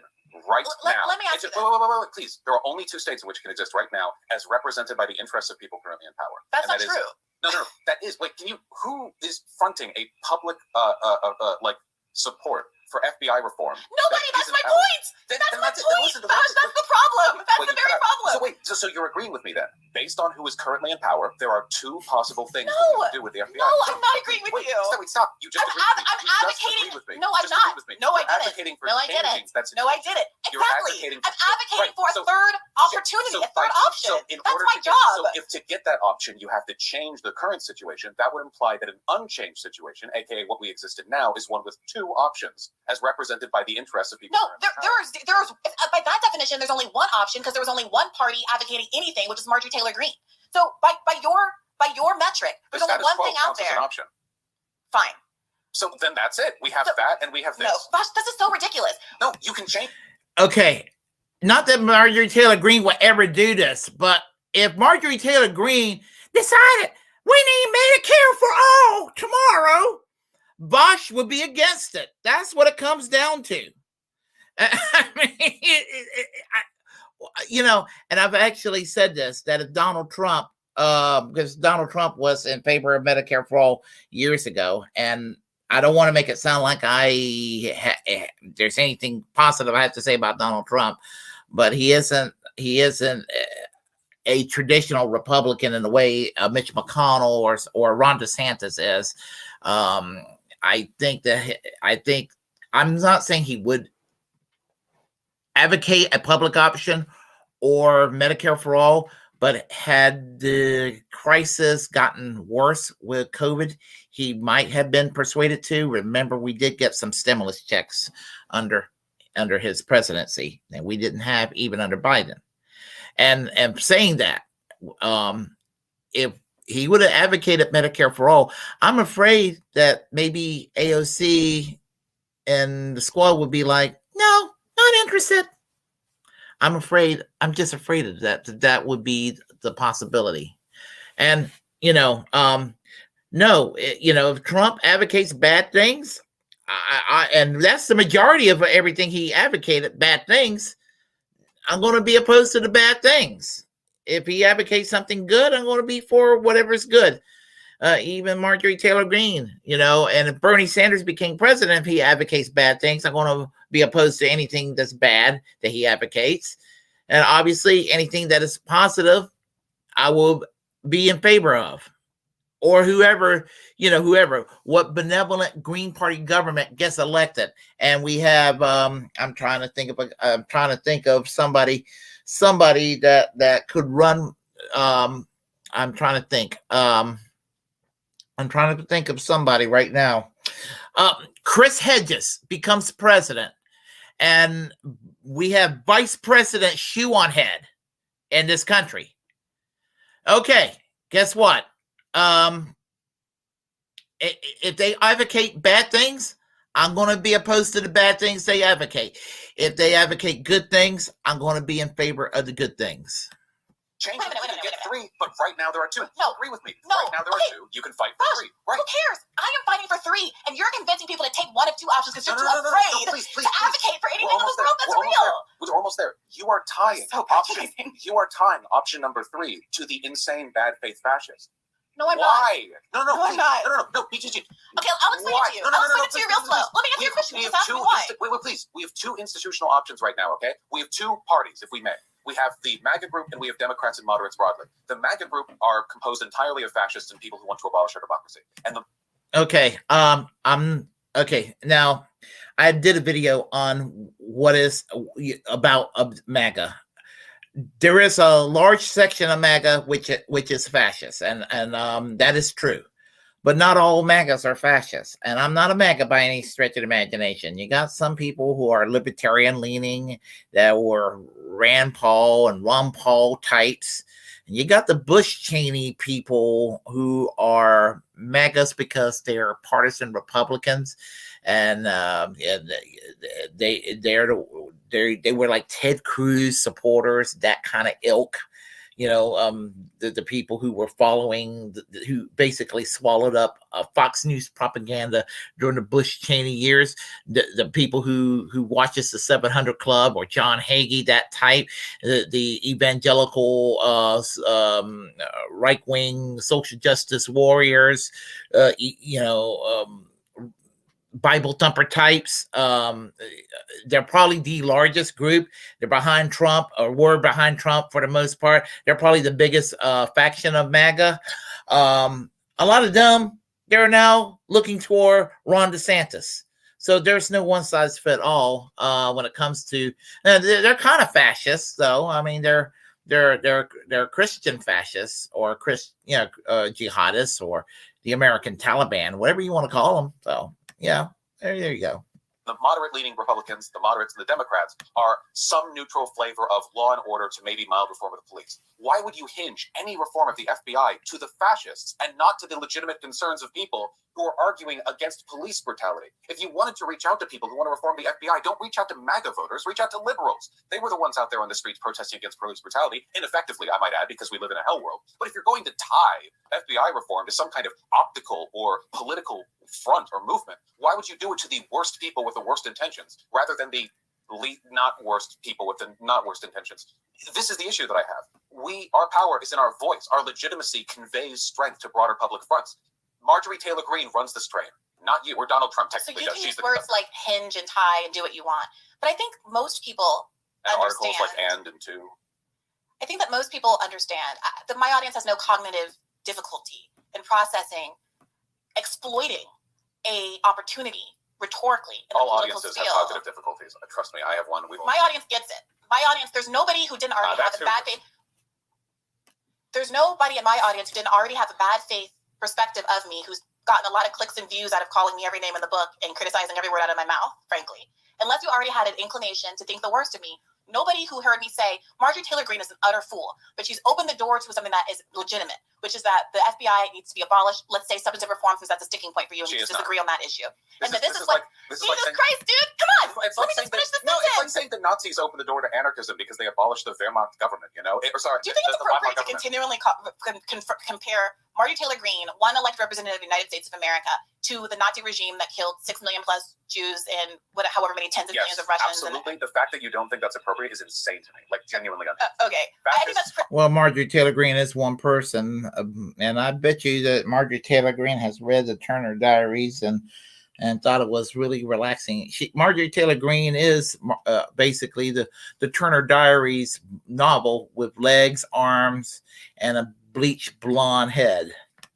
Pretty disrespectful to millions of dead people and real life consequences, but we don't have to go down that road. I think it's rhetorical. You'll just drop a shoe at the door and leave it. I think it's rhetorically. I think there's a reason why Goodwin's Law is what it is. It's rhetorically, I think, weak to constantly have to shoehorn Nazis into every argument to make your point. I don't think that either of us needs to do that. They're fascists. It's a perfectly valid comparison, especially since in this case, Marjorie Taylor Greene also wants to abolish a federal institution that she's just using as a bulwark to achieve power, but other people might misinterpret. 85% of what the FBI has done is to crush people like me, people who are black, people who are black, people who are. But I know that she doesn't care about. Why did you say that to me?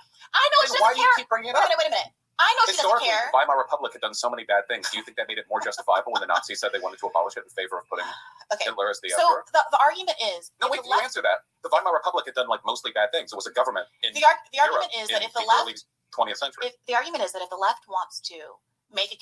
If the right wants to make a claim, like the police are bad. This is what was happening at the moment. After years of criticizing the left and calling everybody Antifa and flying Blue Lives Matter flags, between 1/6 in this moment, there has been a really interesting shift and realignment inside the Republican Party. They're all still pro-law and order. They're not.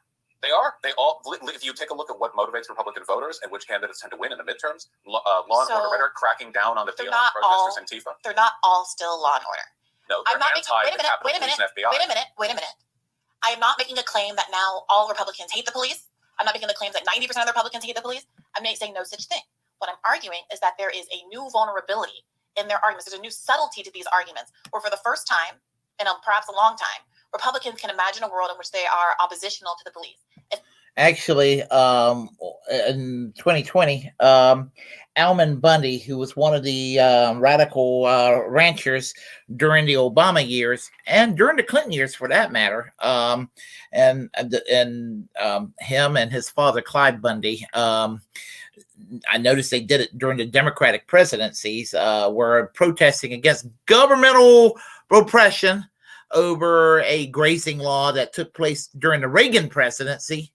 But they were doing it out of partisan bullshit. But the reason I'm bringing Alman Bundy into this discussion is that he had a change of heart, and he's a right-winger type, and perhaps kind of what you would call a libertarian-leaning right, and he ended up supporting Black Lives Matter, and he ended up supporting Antifa, because he saw the abuses of the government against these ranchers. And he had a change of heart for what he saw. And he saw the abuse that was going on, and he identified with that abuse. And so he joined with the movement. And there is an example of a mind being changed for the better. But somehow Vaush wouldn't see it that way. Anyway, I digress. It's not just a consequence of 1/6. I don't know if you watched that Callahan documentary. There are all of these interesting moments that are burbling up. And Marjorie Taylor Greene saying this thing about the FBI was in some ways like the highest profile crack in what has been a very formidable defense or alignment, I should say, of Republicans and the police since time immemorial, it seems. Now, you can say that's not a real thing. It's a superficial crack. It's not a real thing. It doesn't matter. And I understand that you disagree with this, but my perspective is it's worth chipping away at that and see how far we can go. Let's chip away at that and either force them to double down and go back to saying they love the police and that's fine, whatever, no love lost, or create opportunities. If they're going to tell their audiences, if they're going to speak to the average conservative voter and say, actually, the police aren't always good. Oh, actually, maybe we shouldn't have qualified immunity. Maybe police members should be held accountable too, because sometimes they go after people that I like. How is it delusional? Even Donald Trump, there's been a conservative push to end qualified immunity for years. That's like a real thing. They are only after power if it's in their way. There is no institutional support for broad police reform. Of course that's true, Vaush, but the current conservative darlings are Trump, who said that we should suspend the Constitution, and DeSantis, who is currently constructing his own little Oceania down there in Florida. The current leading conservative constitutional interpretation theory is one where they essentially abolish originalism and go in favor of what like a kind of paternalistic Christian nationalism. They are purely authoritarian in every element of their political advocacy, and coincidentally, the only time they seem to have a problem with power is when it's in their way. Why would you ever give this any weight or credence? What's so crazy about why pretend it's a crack? It's not a crack. They're a unified wall. What's crazy is that, like, literally in my radar, like every time I talk about these things, I'll say exactly that, and you don't hear it. Like, it's like you don't want to hear it. It's a steel wall. I'll say, hey, audience, this is a principle, whether it's free speech or limiting government power, and you believe in it. Now, the people that you like on the right who are talking about these things, they're saying they believe in those things, but they're not really good faith actors. They're just trying to protect their own. I just did a radar like this about the IRS. So if you genuinely believe in these principles, like the poor shouldn't be targeted by the IRS, here's alternative policy. For example, part of Bernie Sanders' wealth tax was to have a 30%, I think, quota for millionaires and billionaires getting taxed to try to correct for how disproportionately poor people are getting or audited, not taxed, right? So you meet them where they are. You say, I understand why these things appeal to you. They're not actually going to do those things to help you. Right. So then you pivot. That's all this is. And look, at the end of the day, that was good. I have no problem at all. That's literally what my radar was. But you have a hang about Marjorie Taylor Greene, and that's fine. You obviously think that she is more dangerous and more. I don't like fascists. That's true. That's the lefty prince. I don't think that Briahna Joy Gray likes fascists either, Vaush. Stop projecting. Of mine. Look, that's literally. Wait, BJP, you've literally hit the issue. If everything that you had said was, here is an issue Republicans are concerned about, I don't think they're coming at it from a right angle. Here's the right angle. That's literally what I said in the radar. We'll play the radar right here, by the way, in the podcast, so everybody can see word for word. Marjorie Taylor Greene has become America's favorite broken clock, and it's that time of day where she's regretfully 100% right. Now, I don't take her critique in good faith. I don't expect her to keep this up when a candidate of her liking is in control of the deep state. But you should. Her hypocrisy doesn't have to be the hypocrisy of the average conservative voter. I said Marjorie Taylor Greene is a bad faith actor. They don't really mean this. They're only doing this to protect Trump. However, this is what the left should be doing. And yet, Vaush still uses projection during the last hour of this video, hour and 45 seconds. I mean, it's been longer than an hour and 45 seconds, but I digress. I mean, it's an hour and 45 seconds on the actual podcast, but he's using projection and putting words in her mouth and saying, well, this is what you mean. You, Vaush, you, as smart as you are, stop it. You know, stop doing the projection. You ought to know damn well what she means by this. The fact that I say that, Vaush, and you still hit me with all these bad face attacks. And by the way, you didn't just call Marjorie Taylor Greene a fascist, you called me a fascist. Fascist enabler at times. We'll get to your Ukraine takes, I'm sure. She is not a fascist enabler. She is not a fascist enabler. And if she is a fascist enabler, then you are too, Vaush, because when you support Joe Biden actually supported segregationism in the early 70s. Joe Biden supported the crime bill. Joe Biden plays patty cake with Republican lawmakers over the years with a lot of right-wing legislation. He's also complicit in the war in Iraq by voting for the damn police action. So if she's a fascist enabler, so are you, Vaush. It's not about the core of the argument. Vaush, do you think that's useful? I mean, if you honestly think I'm a fascist enabler and someone who wants to murder Ukrainian children, the last one was a joke. Wait a minute. Why would you agree to come on Rising and look me in the face and be friendly and nice and act like all is well in the world? What? If you really have that level of antagonism toward me, if you really think that I'm as bad a person as you tell your audience repeatedly, then why even agree to come on Rising in the first place? First of all, a couple of things. I've sat face to face with Charlie Kirk. You know, so have I. Right, okay. I talked civilly with him. I don't have any qualms about that. Second of all, I say mean things about a lot of people. It's genuinely just... But why, Vaush? Because I've been accused of being a grifter. I've been accused of ginning up, fighting over force of it. But I don't take personal attacks at people. I don't do response videos to try to create beef. In fact, I'm inviting you here today in part because I've ignored you. I've chosen not to engage. It doesn't seem constructive. But because you were so, frankly, kind of polite and humble on Rising, I thought there might be a genuine opportunity for us to have a meeting of the minds at the very least. But then you make a joke like the one you just made, and it makes me feel like this was a fool's errand. No, what we're having right now isn't a breakdown in communication. It's nice. It's not a fool errand, Briahna. What you showed for the past hour, you proved what a jackass that Vaush is. I mean, and he is an absolute jackass. Aesthetic difference in how we approach what we do. Well, I gotta tell you, human to human, I don't feel it like it's an aesthetic difference. It feels degrading and unconstructive in a space that actually means a lot to me, because I think the project that we're ostensibly both involved in is an incredibly important one. This isn't I'm not trying to be famous on the internet from talking about politics. I was an attorney with a very good salary that didn't need any of this, to be honest. So I'm here because my passion for these issues drove me to start freelancing. I ended up getting a full-time position, and I ended up getting plucked by the Bernie campaign to be a part of this. That's why I'm here. And I'm not trying to grandstand to say that, but I just want to be honest about emotionally, it feels very frustrating to feel like you're trying to do something constructive. I'm open to criticism. I'm open to saying this is a different suggestion. We can go this way and that way. You don't like force the vote? Okay, so Rhoda had these other asks that was so constructive. We grew, we developed, we moved forward. But it seems to me that your position, that your desire is to coin winners or losers, dub winners or losers. Good people or bad people, grifters and not grifters, fakes or legitimate folks. And that seems to be ultimately very destructive to me to this broader project that I think that we share, no? We definitely share it to an extent. And I don't think that, there's obviously a huge overlap in the stuff that we actually do believe. I do genuinely believe that a lot of this is an aesthetic difference. If I was feeling cynical, I would accuse you of engaging in a kind of civility politic here, right? There were plenty of sincere, well-minded political activists back in the 1980s who would have shown up in leather strap or punk mohawks. Well, that wouldn't bother me. They might have.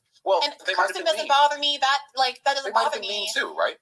Either you really think you believe that narrative that I am indifferent to the interests of Ukrainian children, or you don't. Which is it? Don't bring it up as a joke. Do you think that I am happy, that I laugh at genocide and think it's great for Ukrainian children to be killed? Is that something that you think? Then let's talk it out. But don't bring it up as a joke. Here's the thing. Vaush is like a lot of shit lives when it comes to this Ukraine issue. There would have been a time back in 2014 that Vaush and other people were noting, oh my goodness, there are neo-Nazis in the Ukraine government. I remember this. I remember when the CIA toppled the government of Ukraine, and all of a sudden there was talk about Nazis in the Ukraine. It was all around the world. Oh my God, there are Nazis in the Ukraine. And now, because of the Russian derangement syndrome and Vladimir Putin derangement syndrome, and Putin is a piece of shit. Okay, I'm no fan of Putin, but I'm no fan of anybody who wants to go and persecute religious minorities or persecute the LGBTQ community, and that's the problem I have with Putin in Russia. I have a problem with some aspects of his authoritarianism, but it's not like the United States is without sin in that regard. But here's the thing, is Zelensky any better? When Zelensky had banned 13 political parties, shut down 3 news networks, have the anti-LGBTQ sentiment is as bad in the Ukraine as it is in Russia.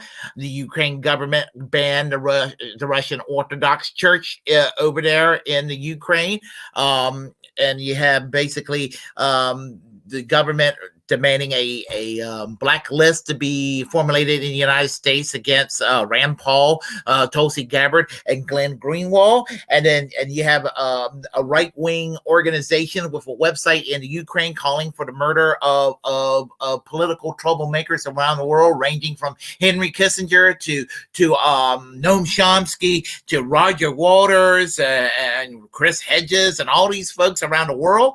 And Vaush is kind of like, Vaush is the kind of person that wants to go and wave a Ukraine flag. Again, no fan of the Russian government, but I am not going to go simp over the Ukraine government either. And of course, let's not forget the First Lady Zelensky, his wife Alenska, urging the Web Summit to ban the gray zone from the Web Summit over there in Portugal several months ago. And and am I going to sit there and make excuses and embrace Ukraine? Absolutely not. I'm not going to embrace Russia, but I'm not going to embrace Ukraine either. And what the fuck is wrong with you, Vaush?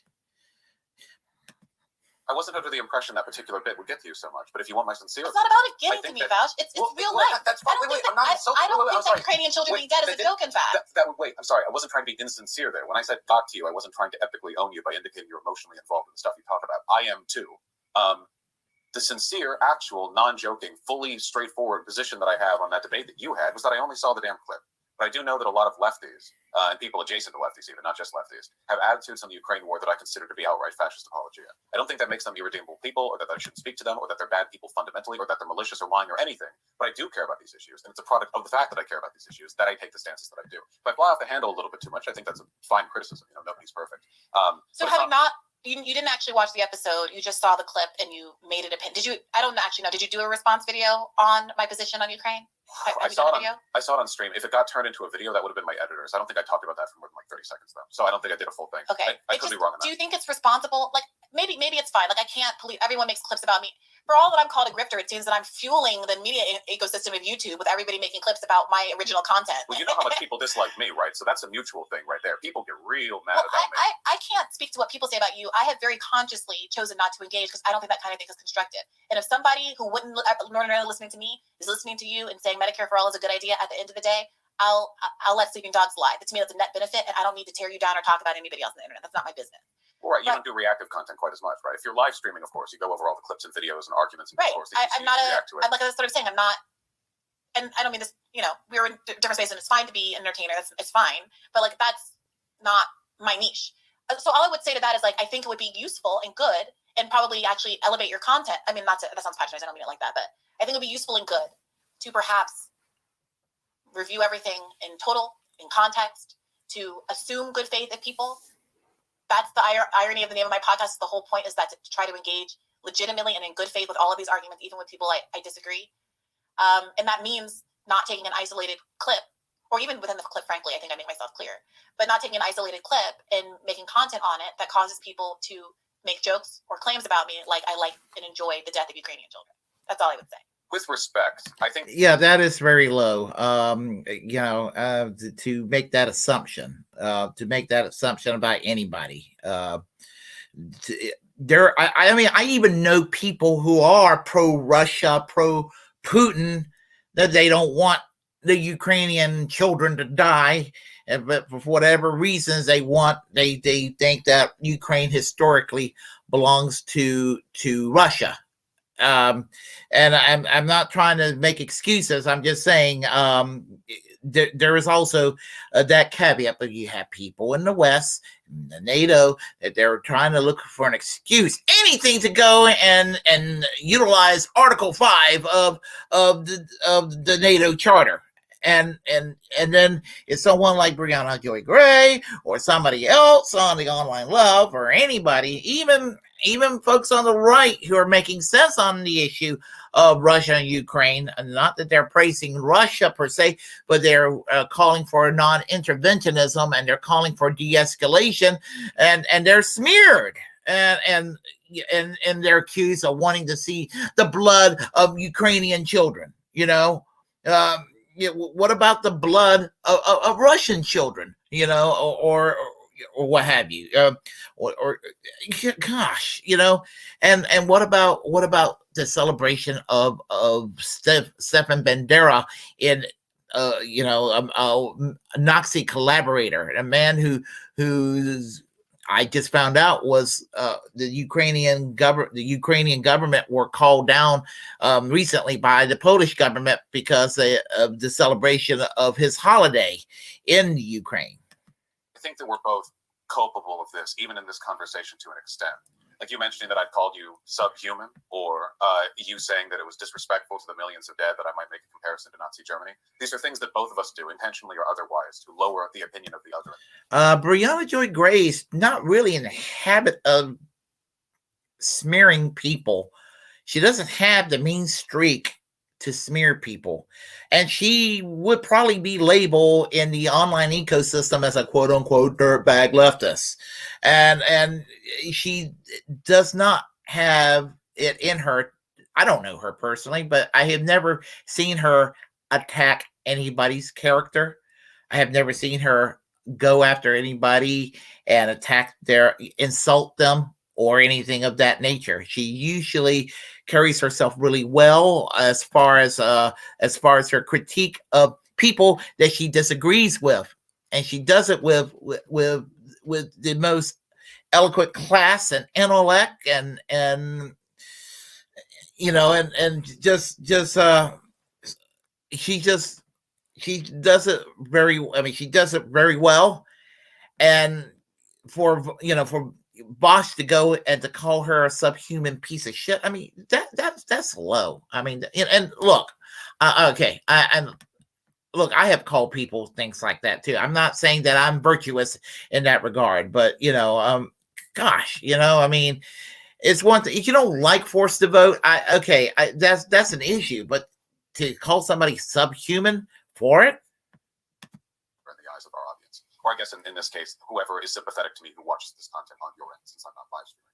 I don't think. Look, I'm fine with banter and insults back and forth. I love that shit. Oftentimes, I feel like a hyperfixation on it to the detriment of the conversation because people get all up in arms about who's being rooted to who. The ideal is obviously for everyone to be polite, but we both shouted. We both made jabs at each other. I think that's wonderful. I don't think it's bad faith. Shouting. I don't have an issue with any of that. I think that, look, at worst, I could be accused of Vaush not understanding the existential harm that Marjorie Taylor Greene and her politics present to the United States. At worst, you could say that I, underestimate the potential harm that could come of me saying that Marjorie Taylor Greene is right about this one narrow issue. And that's a perfectly legitimate criticism somebody can make. But you know that you went a lot further than saying that. Fascist apologia, yeah. Which I stand by. I think that you've engaged in it to an extent. That's fine. Who doesn't do that, right? I mean, the first principle of being a lefty is to hate other lefties. I don't think that I do. And in fact, I think that the FBI is a fascist organization, if we want to use these kinds of words.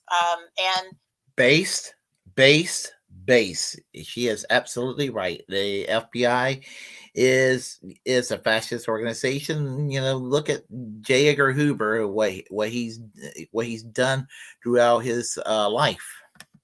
I could easily say that wanting to defend and protect the FBI. I think that Biden's a fascist. I talked to Cornel West about this at length.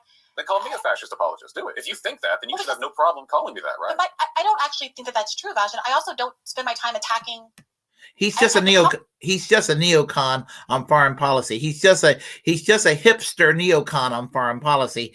He's not a fascist per se. I'm talking about Vaush. He's just guilty of supporting neocon.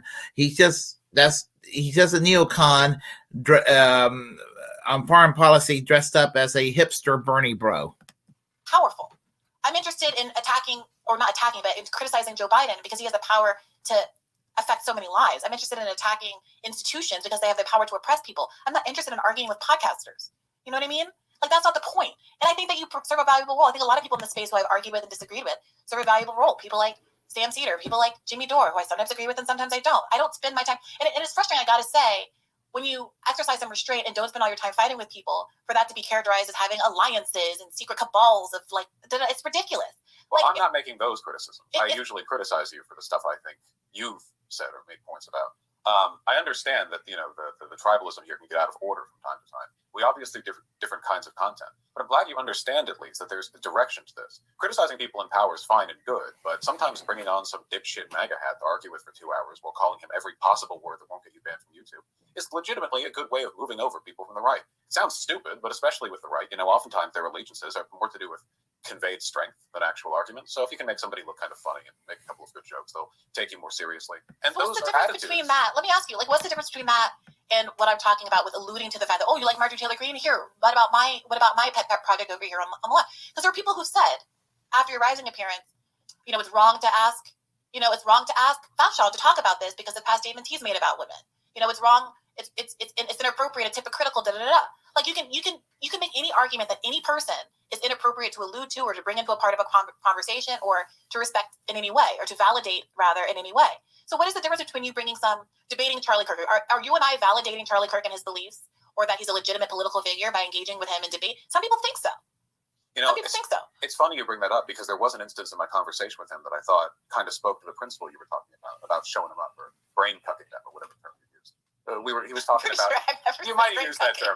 He was talking about the pharmaceutical industries and how they're bad, Fauci, ouchie, whatever. God, And then I said, you can't pull that crap with me. I want to nationalize these industries. You can't. This doesn't work with me. Will you nationalize them? And he dropped the subject. Mm-hmm. So I think that's a very workable example of what you're saying is good to do. Mm-hmm. You talk about differences, right? In this particular, and I'll do the Godwin's Law bit one more time. Okay, I swear, just one. It was a treat. I'm dropping it forever. I've read up a lot on the whole Nazis, fall of the Weimar, whatever. There was a strong intellectual weakness on the part of the Stalin-backed communists in Germany at the time. The attitude was, around a lot of them, a tendency to underestimate the Nazis. The idea that this was just like another upsurge of conservatism, a populist conservatism that could be used by them. And they ended up actually being supportive of some of the institutional destruction that was done by the Nazis, that they slowly undid German democracy because they felt that it was a sort of a dismantling of bourgeois democracy. I am very, very, very... what's the term? Vigilant, I guess, of tendencies that I see in line with that. Obviously I'm not perfect in what I see is, leans into that. I could be wrong in my assessment. I feel confident on this one, but I do have a particular, fucking, can I say that here? Oh, sorry. Yeah, of course. Okay. I was so good this entire time. I have a thing with that specific subject. And I do think a lot of lefties really underestimated. It was like the Bernie or bust discourse too with Biden and Trump. And so many lefties were like, yeah, Trump and Biden are two sides of the same coin. They kind of are, Vaush. They kind of are. Even Biden himself said there'll be no fundamental changes. Understand. A lot of them just don't understand. Bourgeois democracy may be a killer, but it is infinitely better than what we could be living under. And I think that leftism can only really even have a chance at making its arguments if we exist in a system that's not openly persecuting us in the way that the MAGA crowd probably would the first chance they got. I mean, God, can you imagine if Barr started putting out insurrection charges and all the BLM protesters? It would have been over for democracy in this country. Thank God he got ousted when he did. So that's a bugbear for me. But it's not born of insensitivity or bad faith tendencies on my part. These are sincere things I care about. So I understand your argument. It's the mainstream argument. It's the mainstream Democratic liberal argument. It is, in fact, the vote blue no matter who argument, right? It absolutely is, yeah. and vote blue no matter who is fucking retarded. Because sometimes when you vote blue no matter who, sometimes that blue is just as bad as the red. There was a candidate that ran in 2018, the Democratic incumbent from Indiana. What was his name? Democratic candidate, a Democratic incumbent. I'm trying to remember his name. U.S. Senate, Indiana, 2018. I think his name. I'm just trying to remember the man's name. In a second. Yeah, there he is. Hold on a second. Joe Donnelly, that's his name. Joe Donnelly. The man ran. He sounded just like a Republican running. He was his argument on every issue sounded like a Republican running. He was trying to out Republican the Republican. But according to Vaush, you had to go vote for him because vote blue no matter who. And he was just as bad as a Republican all across the board. He was to the right of Joe Manchin. I mean, Joe Manchin, I would never vote for Joe Manchin in West Virginia. He makes Joe Manchin look like AOC on an ultra woke day, according to the eyes of Marjorie Taylor Greene. Vaush, you're so fucking stupid. But wait a minute. I honestly don't feel like you understand my argument. With respect, that was part one of a 2-part, 3-hour interview. Part two will. Okay. Yeah. That's pretty much it for bad faith right there. Let me go ahead and let me get back to my face here. Here I am. So I had to play that video and give you my take on it because just some of his takes are just nauseating. Just to hear him pontificate the way he does and all of that. I'm sorry I had to make y'all go through 2 hours, 5 minutes and 20 seconds of this shit. But it is what it is. Okay, on the chat line we have here, he gives off old Chapo subreddit guys vibes. You're talking about, hey, Artie, how are you? You must be referring to Vaush. Chapo is a little bit more hip than Vaush. I mean, Vaush is to the right of the guys from Chapo. Chapo Trap House. And Joe is here. And see, I can't believe it. Some people would take Vaush seriously.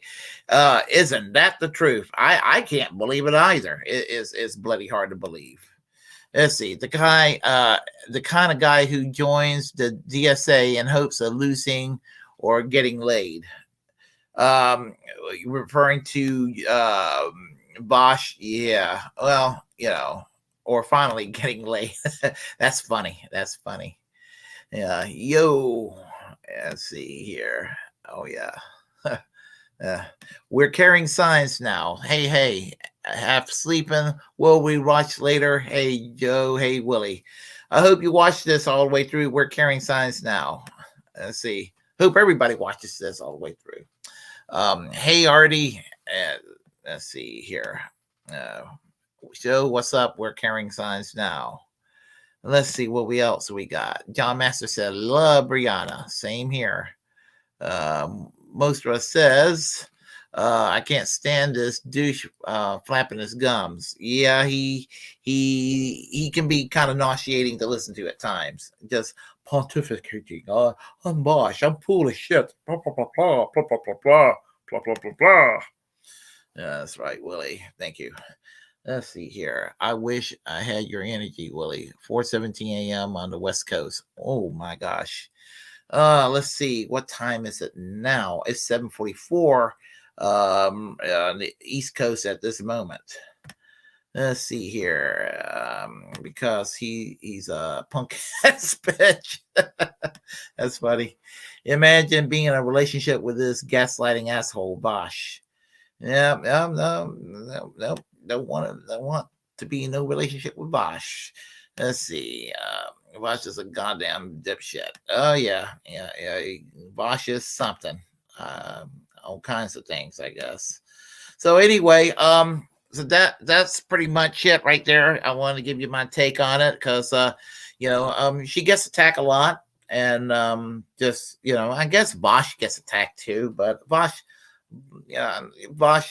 is full of shit, but she's to attack her. I don't want to sound like I'm simping, but I do like Briahna Joy Gray as a general rule, and I like to see her hold her own. I mean, she really can handle her detractors well, and I like the way she punches back. So anyway, so I got some stuff I got to do, and I got to get my beauty sleep as well, as you can tell. So if you like what you heard, please press like, and please press like and comment, and if you disagree, comment anyway. We'll have a conversation. Feel free to share the content on this channel. As a First Amendment absolutist, it's my duty to inform you to create your own platform and utilize it, because we are in fact the muckrakers of our time. And remember to always reject corporate media, because they have absolutely nothing at all to offer us, not a damn thing. Always seek to get a second opinion. Get 22 opinions if you need to, if need be. And remember that I'll be back again, hopefully soon. So y'all take care. And let's see, what did she say here? I can't believe she put up with him for 3 hours. Yeah, because there is a part 2 to this debate too. Yep. So anyway, y'all take care, and you'll see me again fairly soon. I am going to take care of some stuff now, and yes, I will peace out. Thank you, Marsha. I will peace out. Y'all have a good one. Bye-bye.